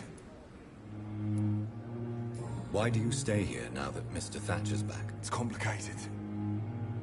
Since the war, Oswald's been really nervous with the idea of entering any hospital. And me, I've got my own issues. Can you speak about them? Rats, sir.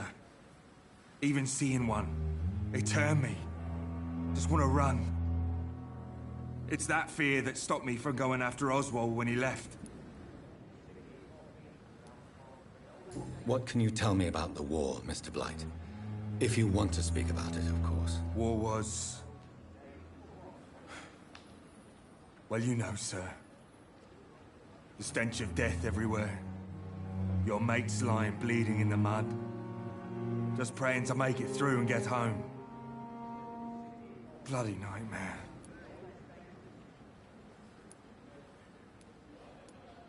I fought in France, too.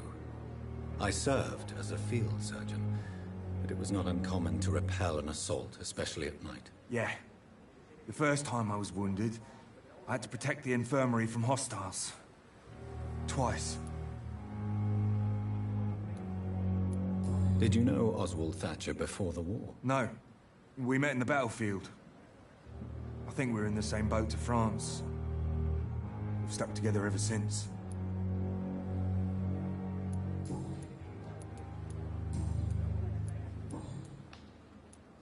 What caused your phobia of rats, Newton? It happened last year following an artillery attack. I was trapped for 2 days in a hole under 2 dead soldiers. And there were rats. Go on. They started eating me as soon as I dozed. Gnawing at my ears, my fingers, lips. I couldn't move. Couldn't call for help. I see. No, you don't. You have no idea what it is to wake up buried under bodies. Fucking vermin eating your flesh. Oswald. He found me and saved me.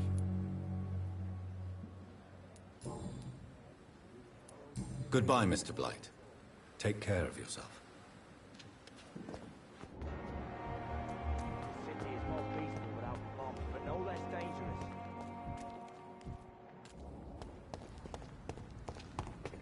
We fought for England, but England won't fight for us.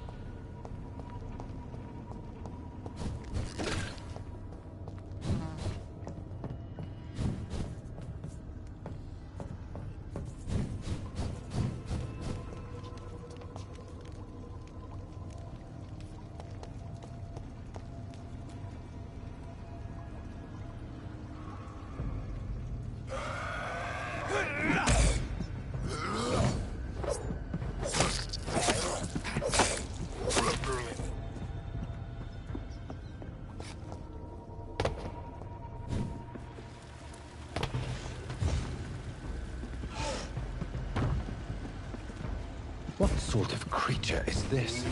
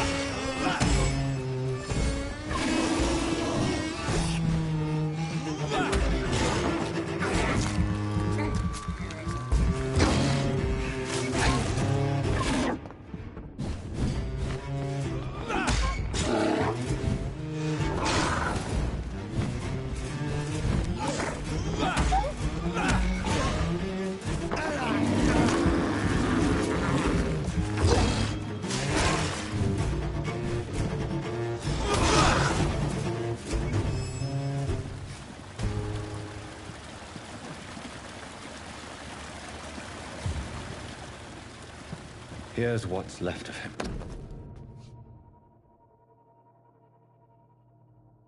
Some voucher for a free checkup in Whitechapel. What is Nurse Crane up to? I really must find her.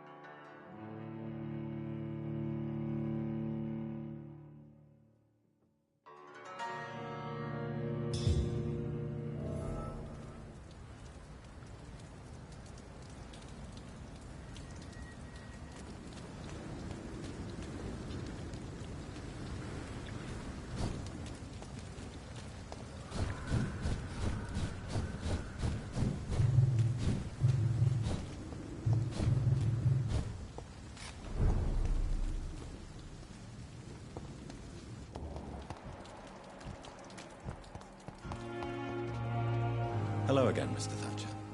Do you feel any better now? Yes, this neighborhood may stink of dog shit and reek of piss, but to me it smells like the purest mountain air. Mr. Thatcher, do you have a job? No. Since I came back from the war, I spent most of my time and energy just trying to forget. I understand what you mean. I was a soldier too. No. Nobody can truly understand what I've gone through. Why were you locked in that sewer? What happened?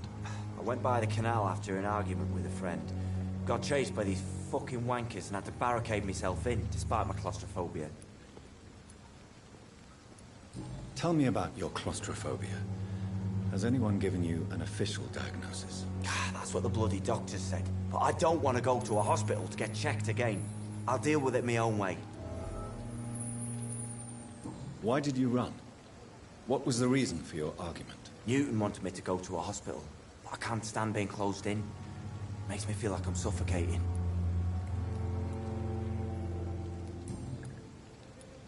Oswald, why did you not go to the Pembroke Hospital to seek medical help? I don't trust doctors. All they care about was their careers and processes. I won't be locked in any room again by anyone. Your fear of being trapped is not going to go away by itself. You need professional help. I've seen enough butchers in white coats to last a lifetime. Hospitals reek of chemicals and death. What I need is fresh air.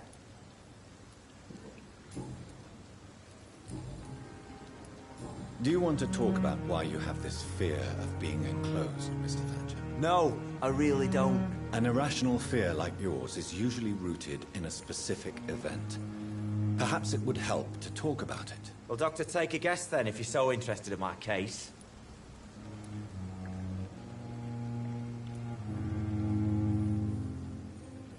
As a soldier, you're expected to kill the enemy to survive. Guilt is a powerful emotion and could lead to feelings of suffocation and oppression. My God, you're so wrong. Believe me, I would kill if it happened again. Violence is part of who I am.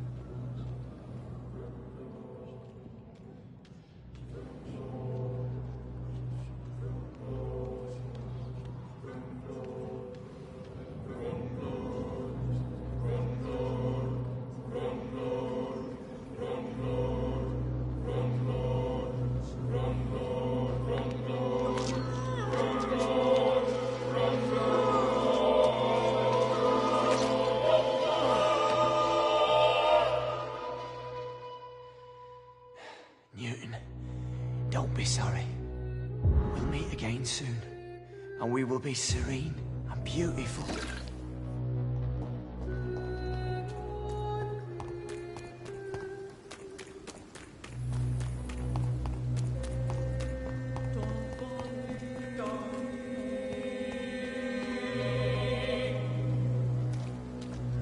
Hello again, Mr. Blight. Good evening, Dr. Reed.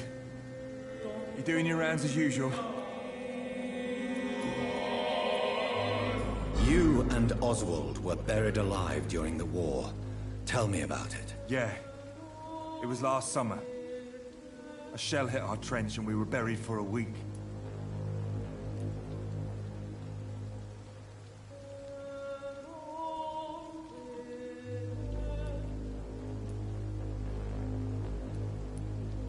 Oswald seemed far more traumatized than you by the event. It wasn't the first time it happened to me. And surviving it again gave me strength. You believe that? How did you survive for a week? Luckily for us, there were rations and water in the tunnel. It was an outpost, see? Since then, Oswald's not keen on being inside for too long. How do you feel about Oswald Thatcher? You are more than friends, aren't you? I love him. I love Oswald. We knew we wouldn't survive the war without each other. But I am terrified, Doctor. What frightens you so much? What if people find out? Oswald says I'm ashamed, but it ain't that. It's more, well, you know, I never thought I'd love a man.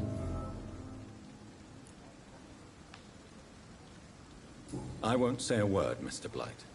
Your secret is safe with me. I fought for my country and I survived. I saw my comrades die. And now society tells me I'm a criminal for who I love. It makes me so angry.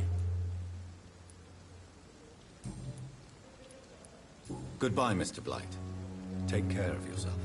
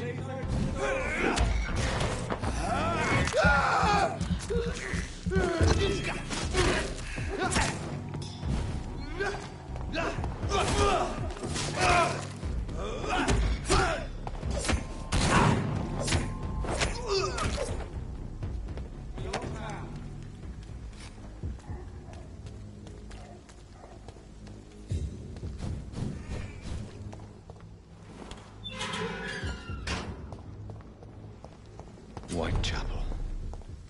This neighborhood is linked somehow to the kind Lady Ashbury's blackmail. First, let's find this Petrescu fellow.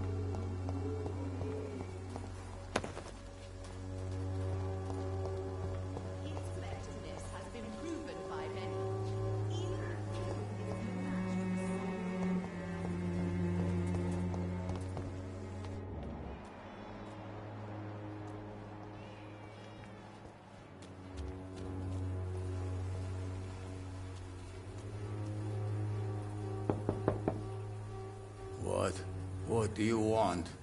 Leave me alone. Good evening, sir. I'm Dr. Reed. I'm looking for Nurse Dorothy Crane. There is no Dorothy Crane here. Now goodbye. I'm afraid this medical leaflet says the opposite, sir. Really? Well, I'm afraid I'm going to close this door right now. Go bother someone else, Mr. Doctor. To enter that house, I must discover who this man really is. Maybe I could start by observing what he's up to.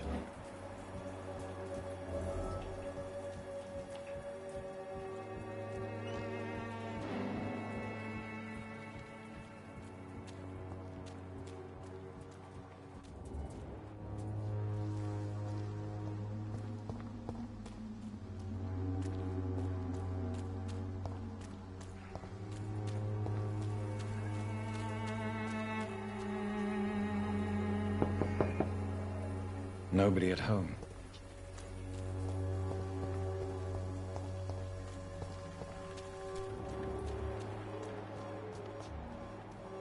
I cannot enter.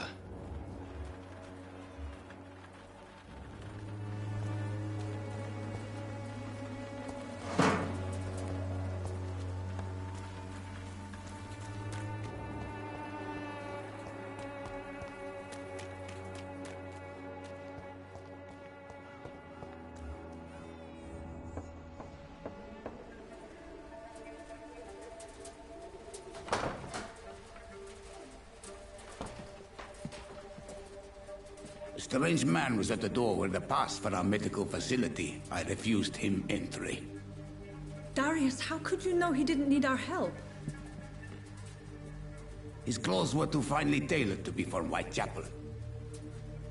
Perhaps just a friend of that stray poet who is always about. Richard Nithercott?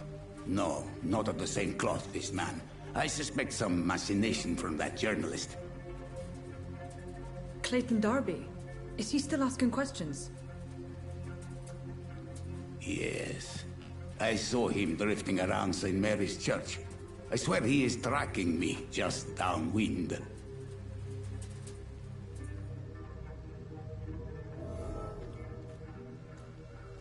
I must talk to that journalist or the poet. They must know about Darius. Nearby the church they just mentioned.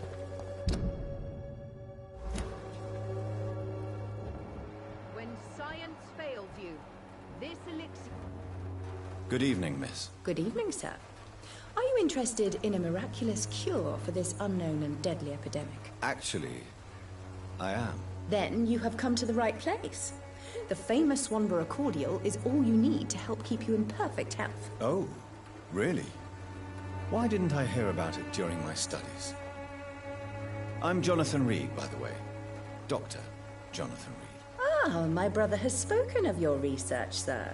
I'm Loretta Swanborough, and it's always a pleasure to meet a fellow healer.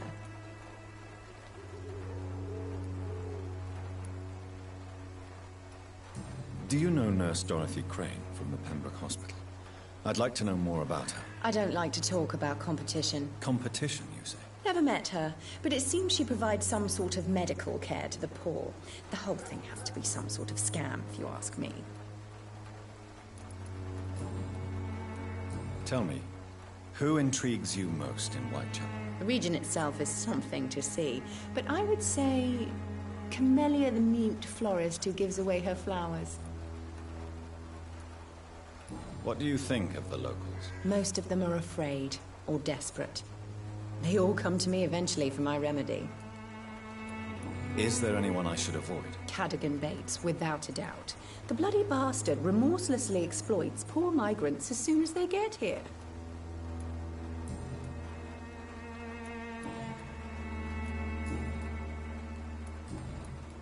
Goodbye, Miss Swanborough. Perhaps we'll talk again.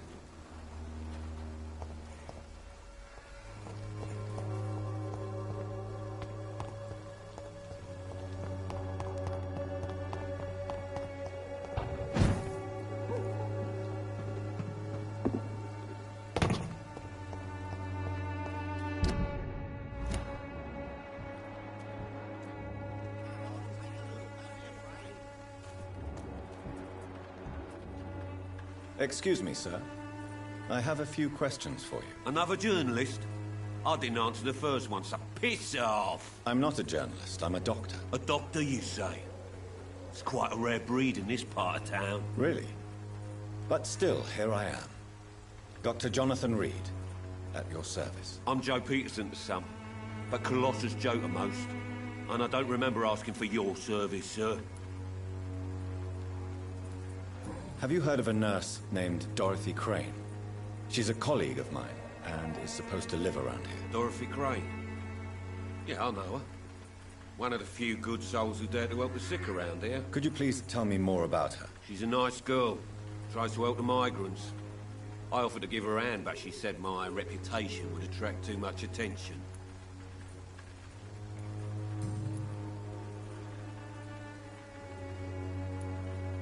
According to you, physicians are scarce in this part of town. Why is that? Not familiar with this neighborhood, are you? I guess your fancy colleagues are too afraid of being stabbed in the back. This part of town does have quite a reputation. Would you say it's justified? Totally. Look at me, for instance.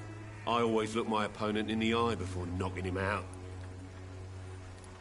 May I ask what you do around here? I do whatever I want, and sometimes even more. Now sod off.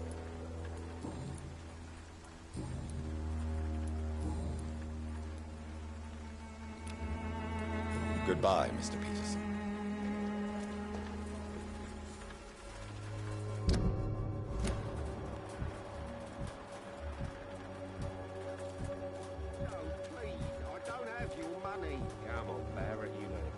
Pay for peace of mind.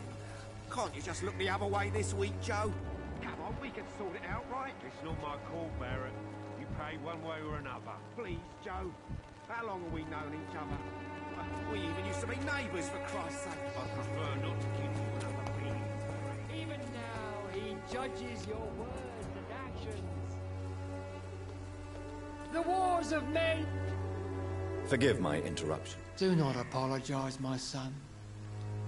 Father Tobias Whitaker is always happy to teach mortals about the incoming Armageddon. I am Dr. Jonathan Reed, and I just have a few questions. A scientist? You are much more lost than I thought, my son. What do you mean when you say that I am more lost than you thought? All scientists are entangled in a world of causes and consequences. And most of them can't see the plain truth. Quite a judgmental opinion, if you ask me. But what do I know? Blinded by science as I am. But you are seeking answers, aren't you? Answers about the Armageddon about to strike the city. Answers about the hidden truth. I am. But the answers I seek are based on facts, not superstition. What do you mean when you say that I am more lost than you thought? All scientists are entangled. Quite a judgmental... But you are...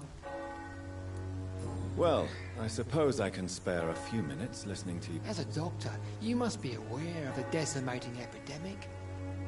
But let me tell you that this so-called Spanish flu is just the beginning of the end. What do you mean The beast is finally revealing itself, corrupting the flesh and the heart of men. With my own eyes I have seen them, those minions from the abyss.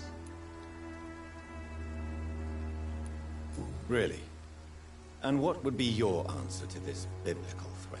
We must fight the disease before this legion outnumbers us. But not with scalpels and microscopes. No. What is left then? Cleansing fire.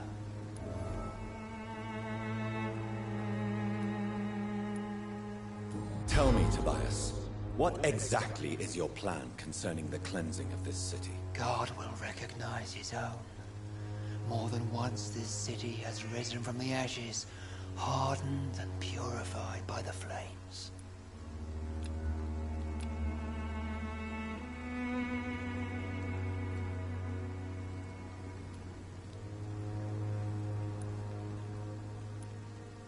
Fire is just the instinctive answer of a caveman facing something he does not understand.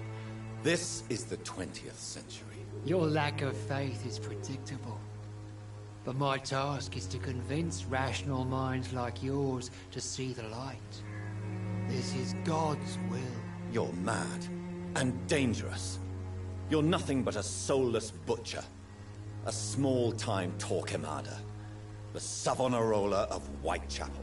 My son, if you think salvation is a free gift, go listen to the lies of that pompous fool, Joseph. Joseph, a fool? Vicar Larrabee of St. Mary's Church. While he continues preaching his fraudulent redemption, more and more people die in the streets.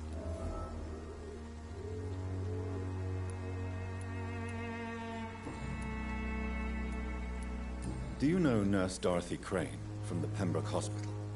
I'd like to know more about her. I don't like the liberal ideas of nurses, but I especially abhor that Nurse Crane you mentioned. Why do you hate Nurse Crane more than other nurses? Before coming to London, she was a member of the communist resistance in our country. That's what happens when you let a woman get involved in politics. So, you're not exactly a fan of Florence Nightingale's work. But nurses are essential for modern healthcare. Nuns should be the only women allowed to take care of male patients. It's obvious only they have the necessary moral fiber.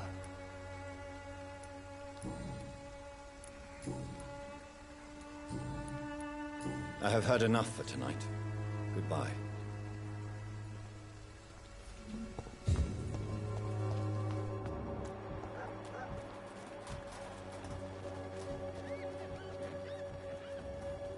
Welcome, sir. Please, take a browse of my wares. I am Dr. Reed. I would like to ask you a few questions, if you don't mind. Doctor? Interesting. I'm Barrett Lewis. Usually I don't have time to waste with talk, but at this hour of the night I can hardly refuse.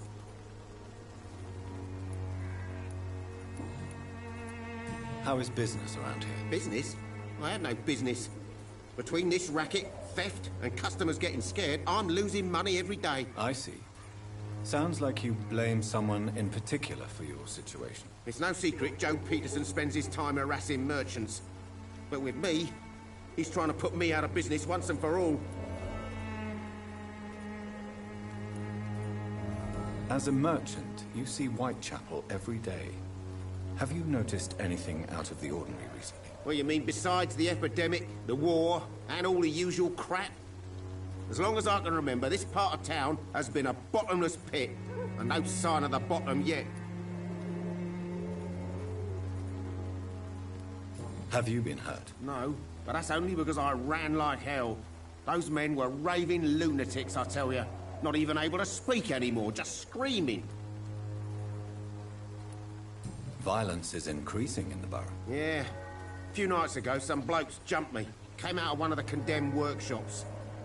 Fever, madness, something like that. Where did this happen? Why did you go there? In the closed workshops nearby. I worked there as an apprentice in better days. Now I only go to find trinkets or tools. Too bad I was mugged, though. There was good money in that little box of loot I lost.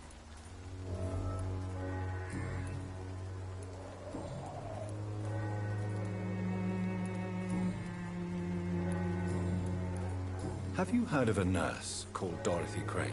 Nurse Crane? So the bitch really is a nurse, then? Always thought she was just some crafty foreigner, that one.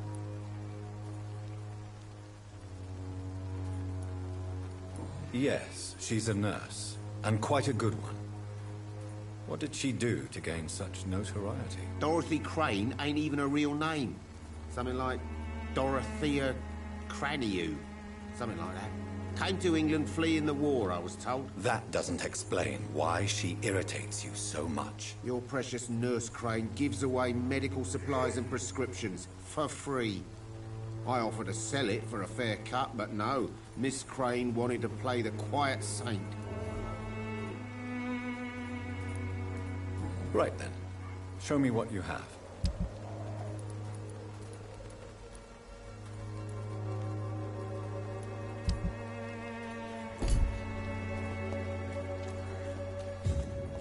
I know it's hard to believe, but it's different.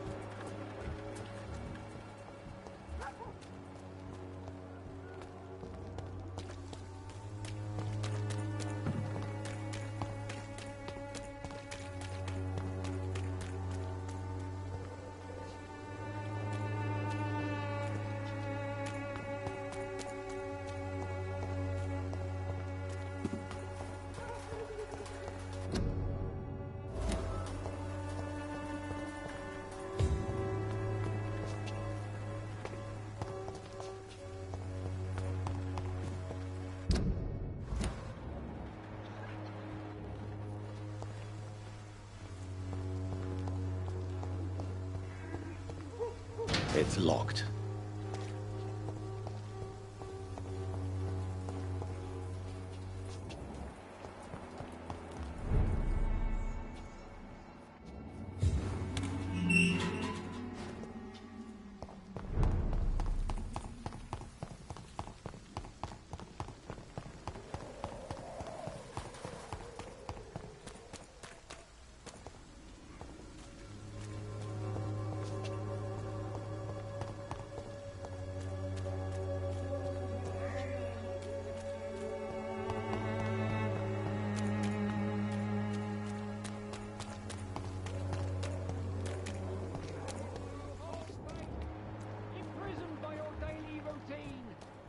Unable to see the true horror around you.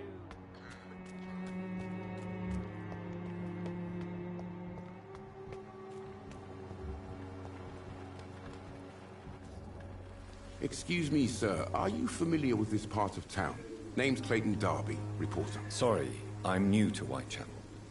But perhaps you could help me since you're a journalist. My name is Jonathan Reed. Dr. Reed, the famous surgeon. I'll gladly help if I'm able, sir. I heard you're investigating an underground medical dispensary in Whitechapel. What do you know about it? Not much, I'm afraid.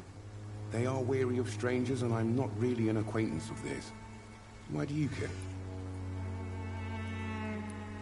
I'm afraid one of the nurses from the Pembroke Hospital may be involved with unsavory activities. Ah, could it be Dorothy Crane? Without a doubt, you are a damn fine journalist, Mr. Darby. What do you know of her accomplice, a man named Darius? I don't know much about the man. He's very cautious. Never goes out. Doesn't seem to have any friends or family.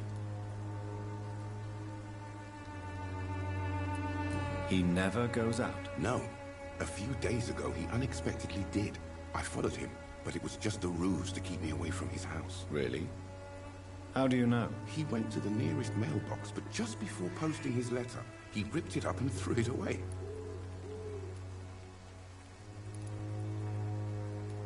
He has no relatives at all? No. Except for that strange man, a poet named Richard Nethercott, who sometimes comes by. Darius would never let him in. Where can I find this Mr. Nethercott? He spends most of his time lurking around Whitechapel, talking to himself or declaring verses. These days, you can usually find him behind the church.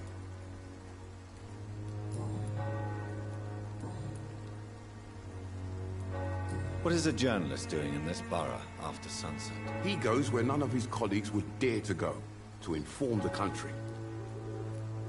So you risk your life to reveal the truth. I saw many reporters do the same during the war. Whitechapel is the crucible of so many untold stories and tragedies. I want people to know them. That's quite honorable of you. But is the public interested? Not at all, sir. And that's why I'm an independent journalist, hoping to sell some stories. Have you any idea of the danger you face in these streets at night? I've had to run and hide more than once from frenzied mobs incensed by the fever. Do you think the flu is really responsible for this, Doctor?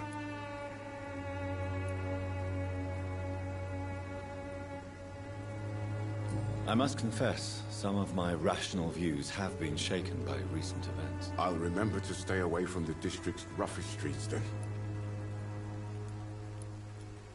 Why are the newspapers keeping silent about the Spanish influenza? It's as though none of you care. There's a war going on. People shouldn't be demoralized by news of deadly diseases.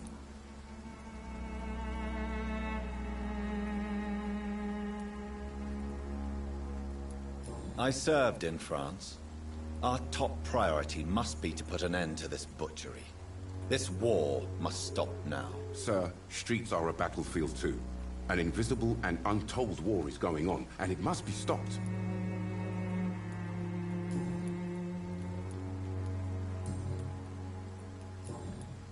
Goodbye, Mr. Darby.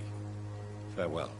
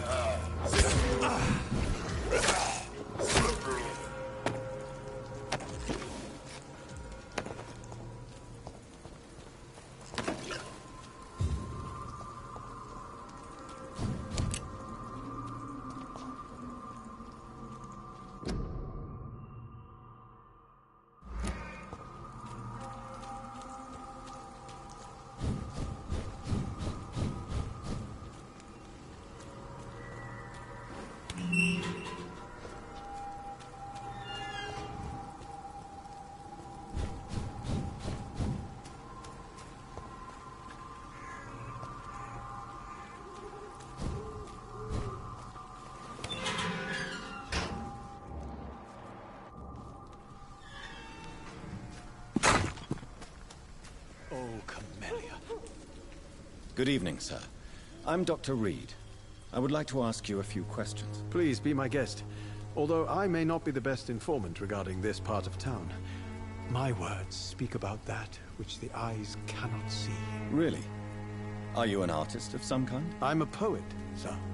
Richard Nethercott, at your service. May I ask you a few questions about the district? Extraordinary part of town, is it not? I'll be glad to help you, if I can.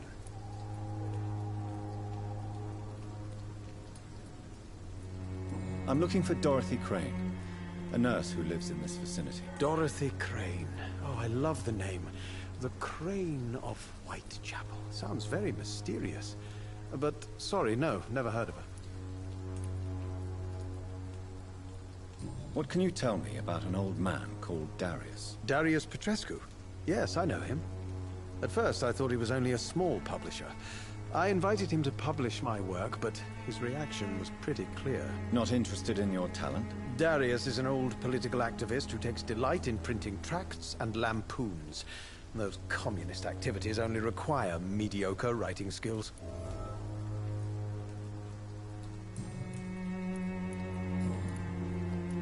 Are you aware that your life could be in danger in this part of town? But this is where I must be to feel the real beat of the city. I had to come, see it for myself, alone. I understand your need for solitude, but it's not safe around here. I don't care. I don't have many friends, Doctor, and my family despises me.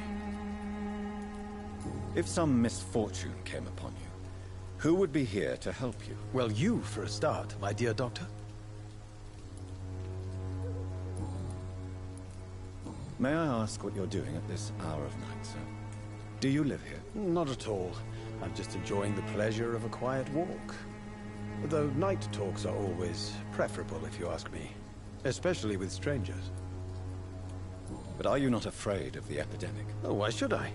I see some equity in the Spanish flu.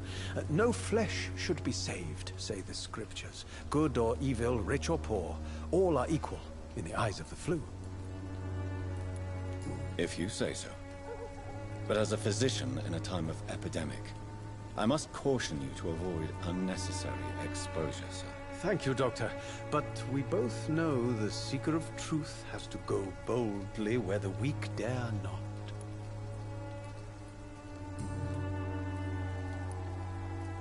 What are your thoughts on the terrible situation in this city? Terrible, you say? No.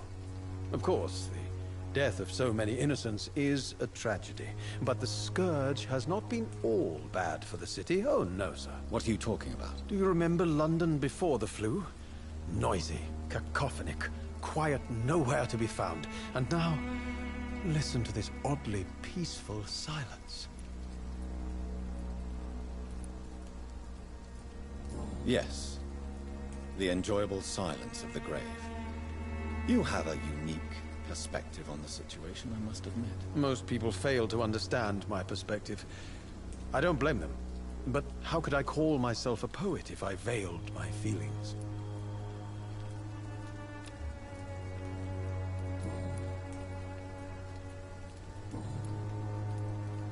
Tell me, Mr. Nethercott, why seek inspiration in Whitechapel? The place is not beautiful per se, but how to explain it? Stirring and challenging. Do you not think it a little morbid? On the contrary, sir. Whitechapel is full of life, full of beauty. Just like my dear muse, the wonderful Camellia. What can you tell me about Camellia? Not much. And that's the beauty of it. She can't speak, you know. She's a locked mystery who exhales kindness and sweetness. Perhaps you're just afraid to find out the truth about your muse. One day, perhaps, I'll ask her to come with me. But will she still be my wild flower of Whitechapel if she moves uptown? And have you ever tried to learn more about her? Where she lives, how she survives, whom she may know? Maybe I prefer she remains an enigma. Reality can be so dull, don't you think?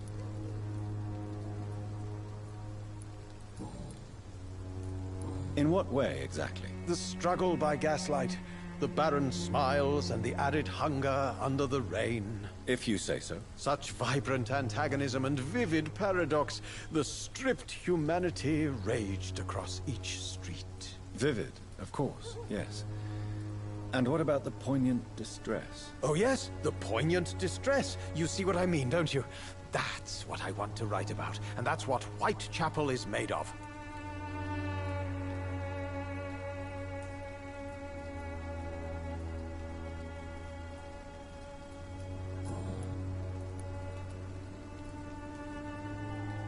Did you know the Mute Florist is a member of a secret society? No, I didn't. But I thank you for this information, sir. For it only enriches the mystery surrounding the precious Camellia.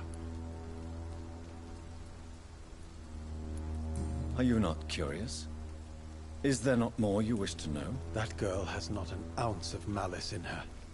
Whatever she may be hiding, it's certain to be for the benefit of most, if not all. I fear you are a hopeless romantic, Mr. Nethercott. Guilty as charged, Dr. Reed. I'll leave you alone, sir.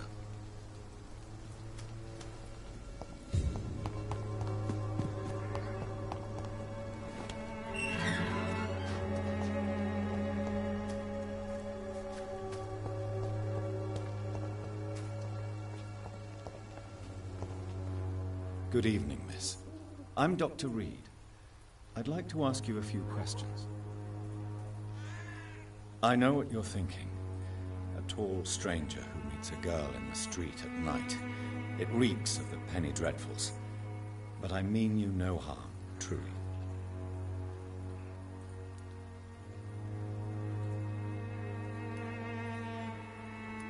Tell me about Richard Nethercott. I understand he is quite fond of you, Camellia. Camellia, I know you work for Dorothy Crane. Please tell me about her secret dispensary. A stubborn and mute comrade. Nurse Crane and Darius Petrescu have been clever. I know you understand what I'm saying.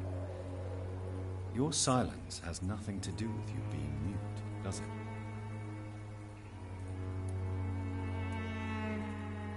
Very well. Goodbye then.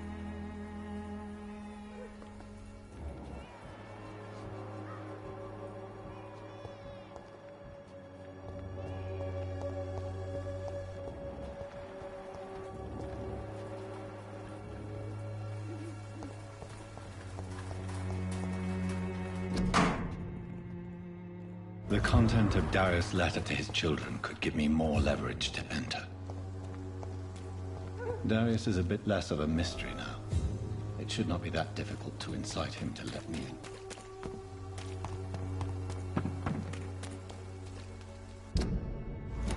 You look so pale, my lord.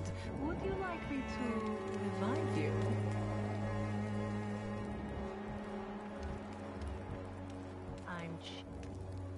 Don't be shy, handsome. What can Christina do for you? I'm not looking for what you're selling. But I'd like to ask you a few questions, if I may. I'm a doctor. Dr. Reed. All right then, but be quick. Though I usually get paid when I open my mouth.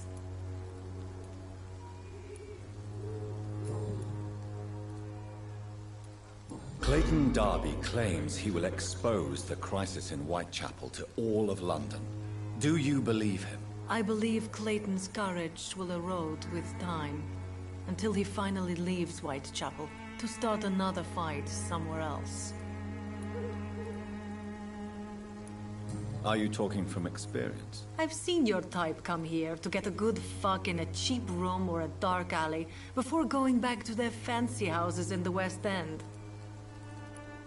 Why this skepticism? How can you speak about starvation if you've never been hungry? Or about poverty? Or anything else you have never suffered from?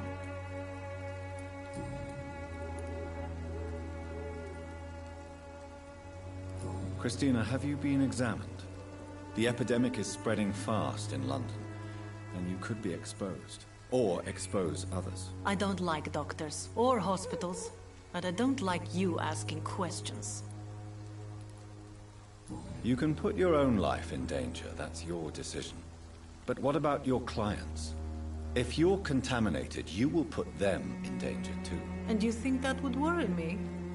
If you knew the men I deal with, their health would not be what you'd worry about. Considering your line of work, I assure you it is only a matter of time before you have health issues. If it is going to happen, it will happen. Right now, I need money. That's what's important.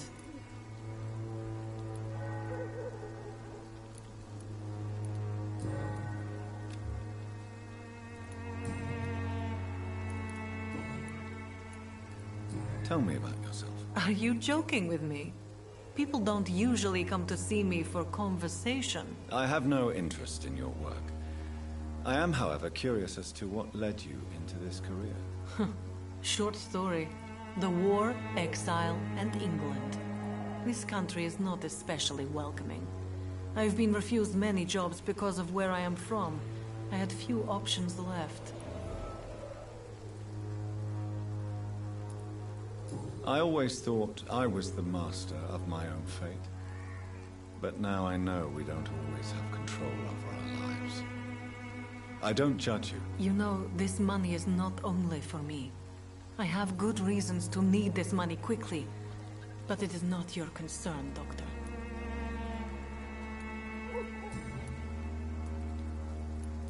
Do you know Nurse Dorothy Crane from the Pembroke Hospital?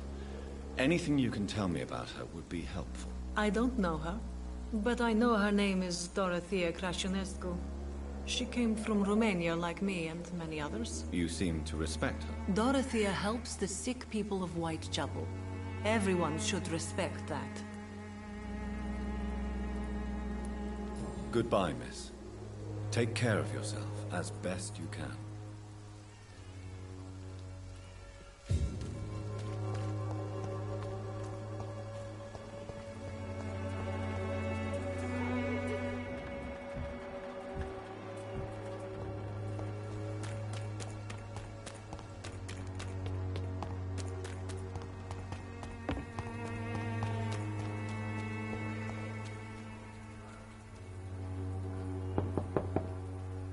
Mr. Petrescu, just 1 minute, please. You again? Go away. Sir, wait. Stop this nonsense. I know Nurse Crane is here. Shall we speak man to man, you and I? All right. Speak up. Don't you see we're on the same side? We fight to help the poor, sick, and abandoned. I'm nothing like you, Mr. Doctor. Yes, you are. You too believe in providing medical care without charge. You know what we have to sacrifice to make the world a better place. I have to admit your words have conviction. All right, I'll let you see Dorothea. Don't make me regret this, though.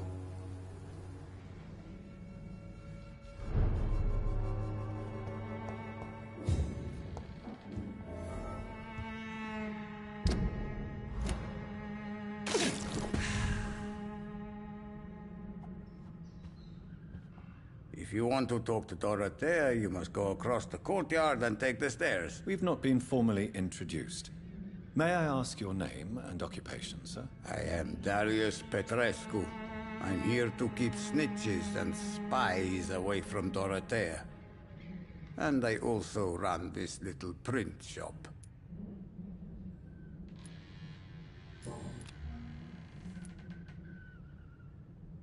So Dorothy's real name is not Crane? Like myself and many people in this area. Dorothea is from occupied Romania. That's all you need to know. She seems important to the community. More than you can imagine. The West End does not want to hear of Whitechapel's misery. Dorothea is one of the few doing something about it. Tell me everything you know about Camellia, the mute florist. I do not believe in the afterlife, Doctor, but I'm almost convinced Camellia is an angel. She volunteered to give out our medical leaflets. Are you not worried for her safety? She is as brave as she is tough, and clever, too. If only I had met her when I was younger. Are you in love with Camellia, Mr. Petrescu? Don't be stupid. If I had met her when I was younger, we could have won our revolution. Who is she, really? Do you know where she's from?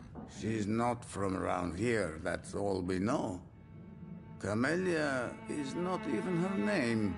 It's her favorite flower. You say she has no close family? Well, there's that awful poet who constantly follows her around like a lost puppy. A good man for sure, but a very poor writer.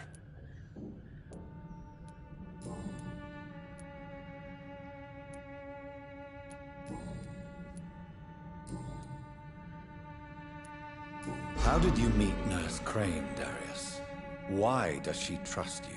I'm her oldest friend in England. Dorothea and I share many ideas about this country and about the country we left. You mean occupied Romania, don't you? Even if not directly, I fought against your enemies. Really? Then perhaps you have more in common with Dorothea than meets the eye, Dr. Reed. Do you have any family left, Mr. Petrescu? Children or grandchildren? Who knows? I have abandoned my people for so long, they might as well be dead. As dead as I am for them, I suppose. Don't be embarrassed, sir. If you must know, my own father disappeared many years ago, and I forgave him. It's quite awkward to talk about our families like this, but thank you, Dr. Reed. I appreciate your trust. This war won't last forever. Did you ever think of returning to your country now it's free? No. I have taught strength and determination to my sons and daughters. I'm an old, dying man who only has memories of better times to cherish. I know you fought for your country when it was occupied, Darius. Tell me more about it. I know my days are numbered, and I know I won't see my homeland again. But I fought for Romania all my life, and I will until my last breath. But Romania escaped the grasp of the Austro-Hungarian Empire. It's a free country again. But it's not the country I fought for. My homeland is not appeased, Doctor. And I still see a dark future ahead for my people. Goodbye, Mr. Petrescu.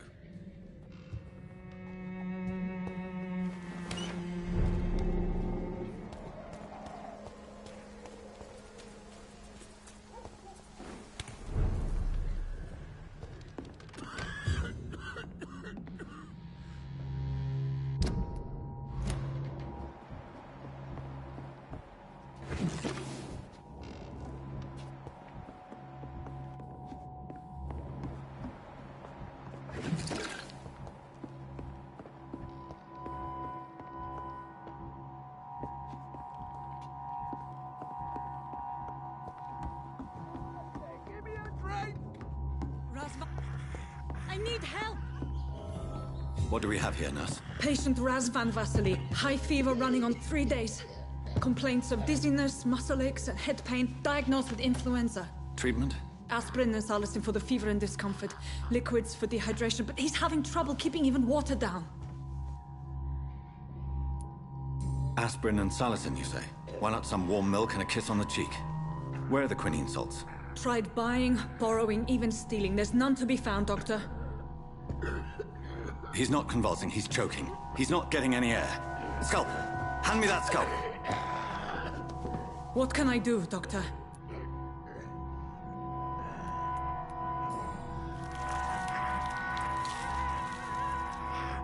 I need to perform a tracheostomy. Short pipe. That rubber tube will do. We're going to cut a passage for air through the neck. Yes, Doctor.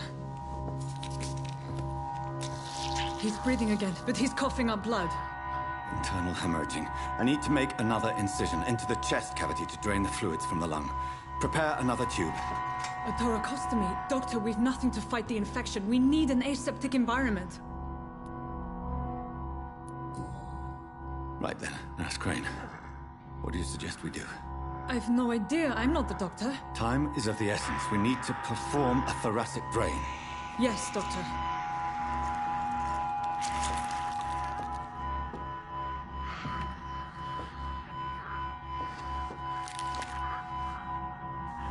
He's still bleeding, Doctor. I'm losing his pulse. The drain must have punctured the intercostal artery. There's too much blood. Are you all right, Doctor? I can't see.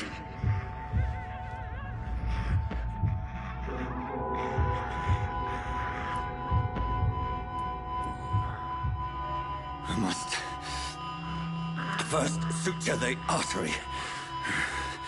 Find the wound. The source of the blood. Needle and thread, Doctor. Good. The stitches are holding. How's he doing? We're losing him. We've lost his pulse. He's dying, Doctor!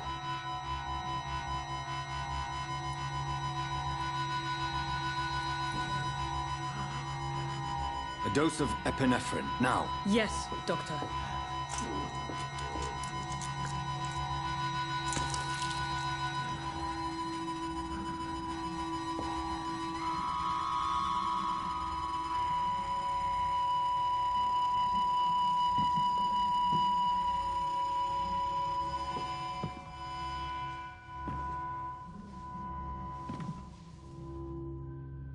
We've lost the pulse. He's gone, Doctor. Nurse, we did everything we could. Truly? Everything you could? Is that how you'll report this in your log? Is this how the war went? Piling up one poor corpse beside the next? This was not an influenza-induced seizure. I've never seen symptoms like these on the continent. Neither have I. But the previous symptoms leading up to this attack were the same, indistinguishable from the epidemic. No. There was something more vile in these reactions. Something primitive. There have been numerous reports of mental breakdowns caused by the fever that accompanies the flu itself, Doctor. Yes, but... I'd best take some samples of the blood for analysis.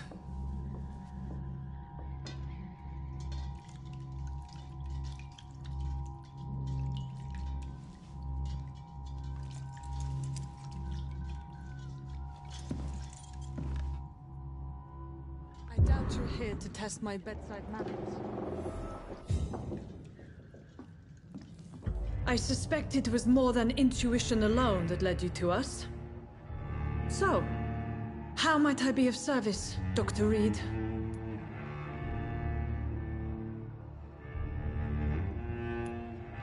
I've come to put an end to this insufferable blackmailing, Dorothy. Doctor, you think your warnings scare me? I've stolen and plied, blackmailed and lied, but what else am I to do? I'm all these people have. You've convinced me of the sincerity of your actions and their noble justifications. But all the same, blackmail is a crime, and it will stop, Nurse Crane. So, are you going to turn me over to the authorities?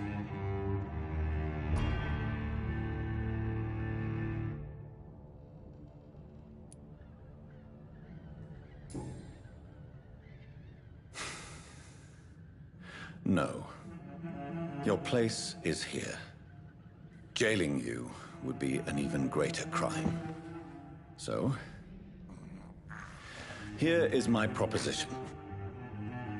I'll look the other way on your little enterprise.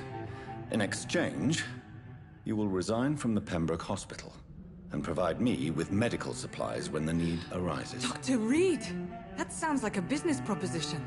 My accomplice, then? No, just a privileged client. My research may require the occasional rare piece of equipment or ingredient.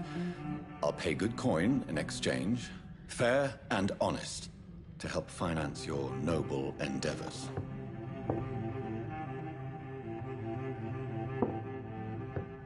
We have ourselves a deal, Doctor.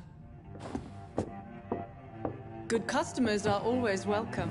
Yes, Nurse Crane. We have a deal.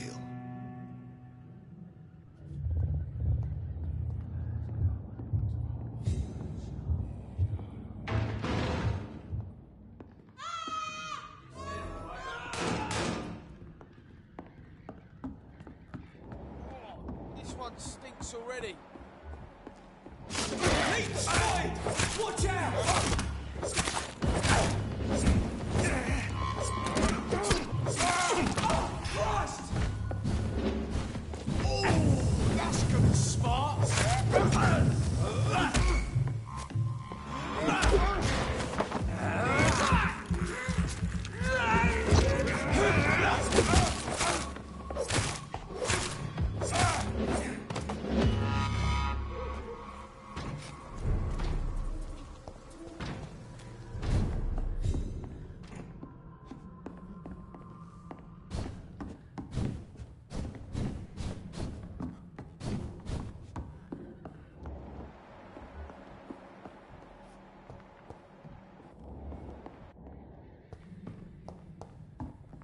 It's locked.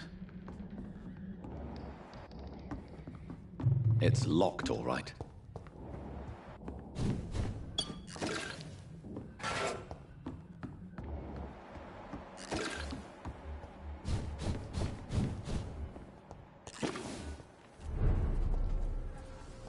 There's one of them! Watch yourself!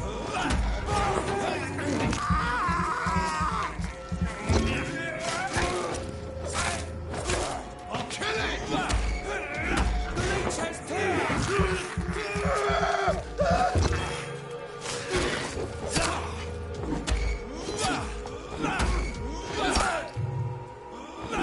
crush the leech,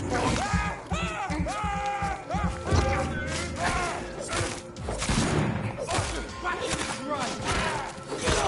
He's the dirty!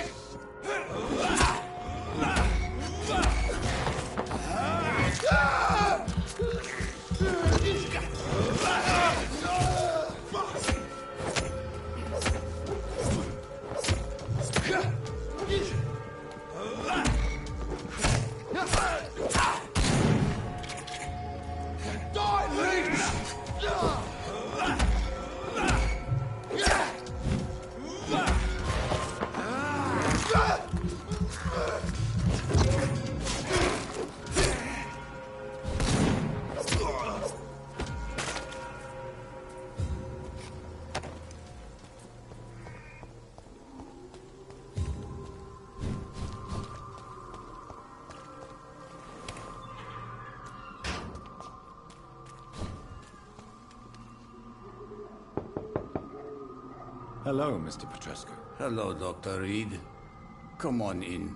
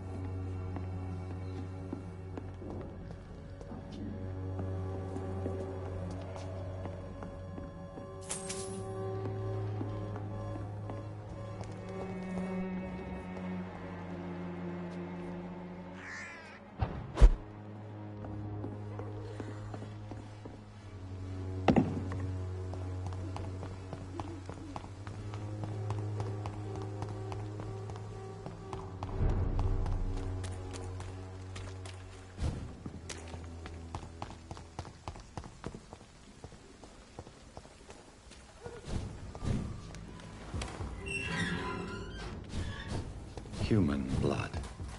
Whoever left these marks did so deliberately.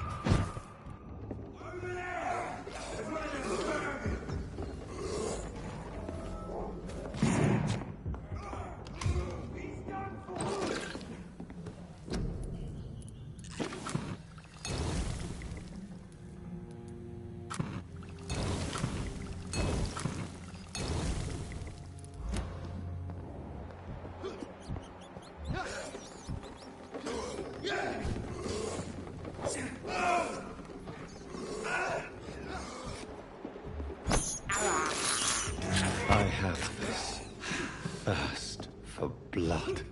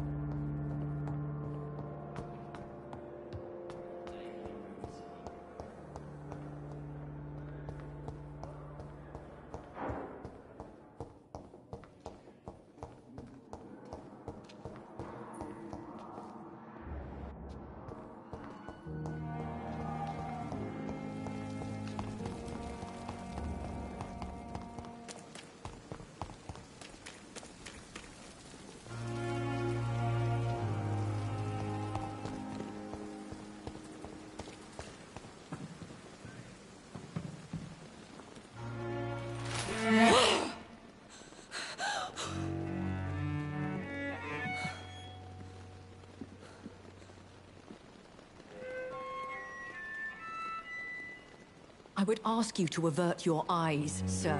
Or did you not know it was rude to stare? I knew it. Speak up, Dr. Reed. I like a man who speaks his mind.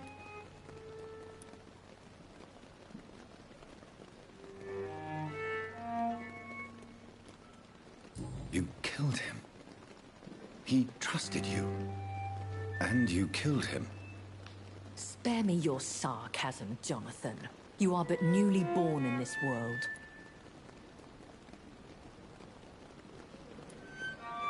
So in the end, the accusation was true, wasn't it?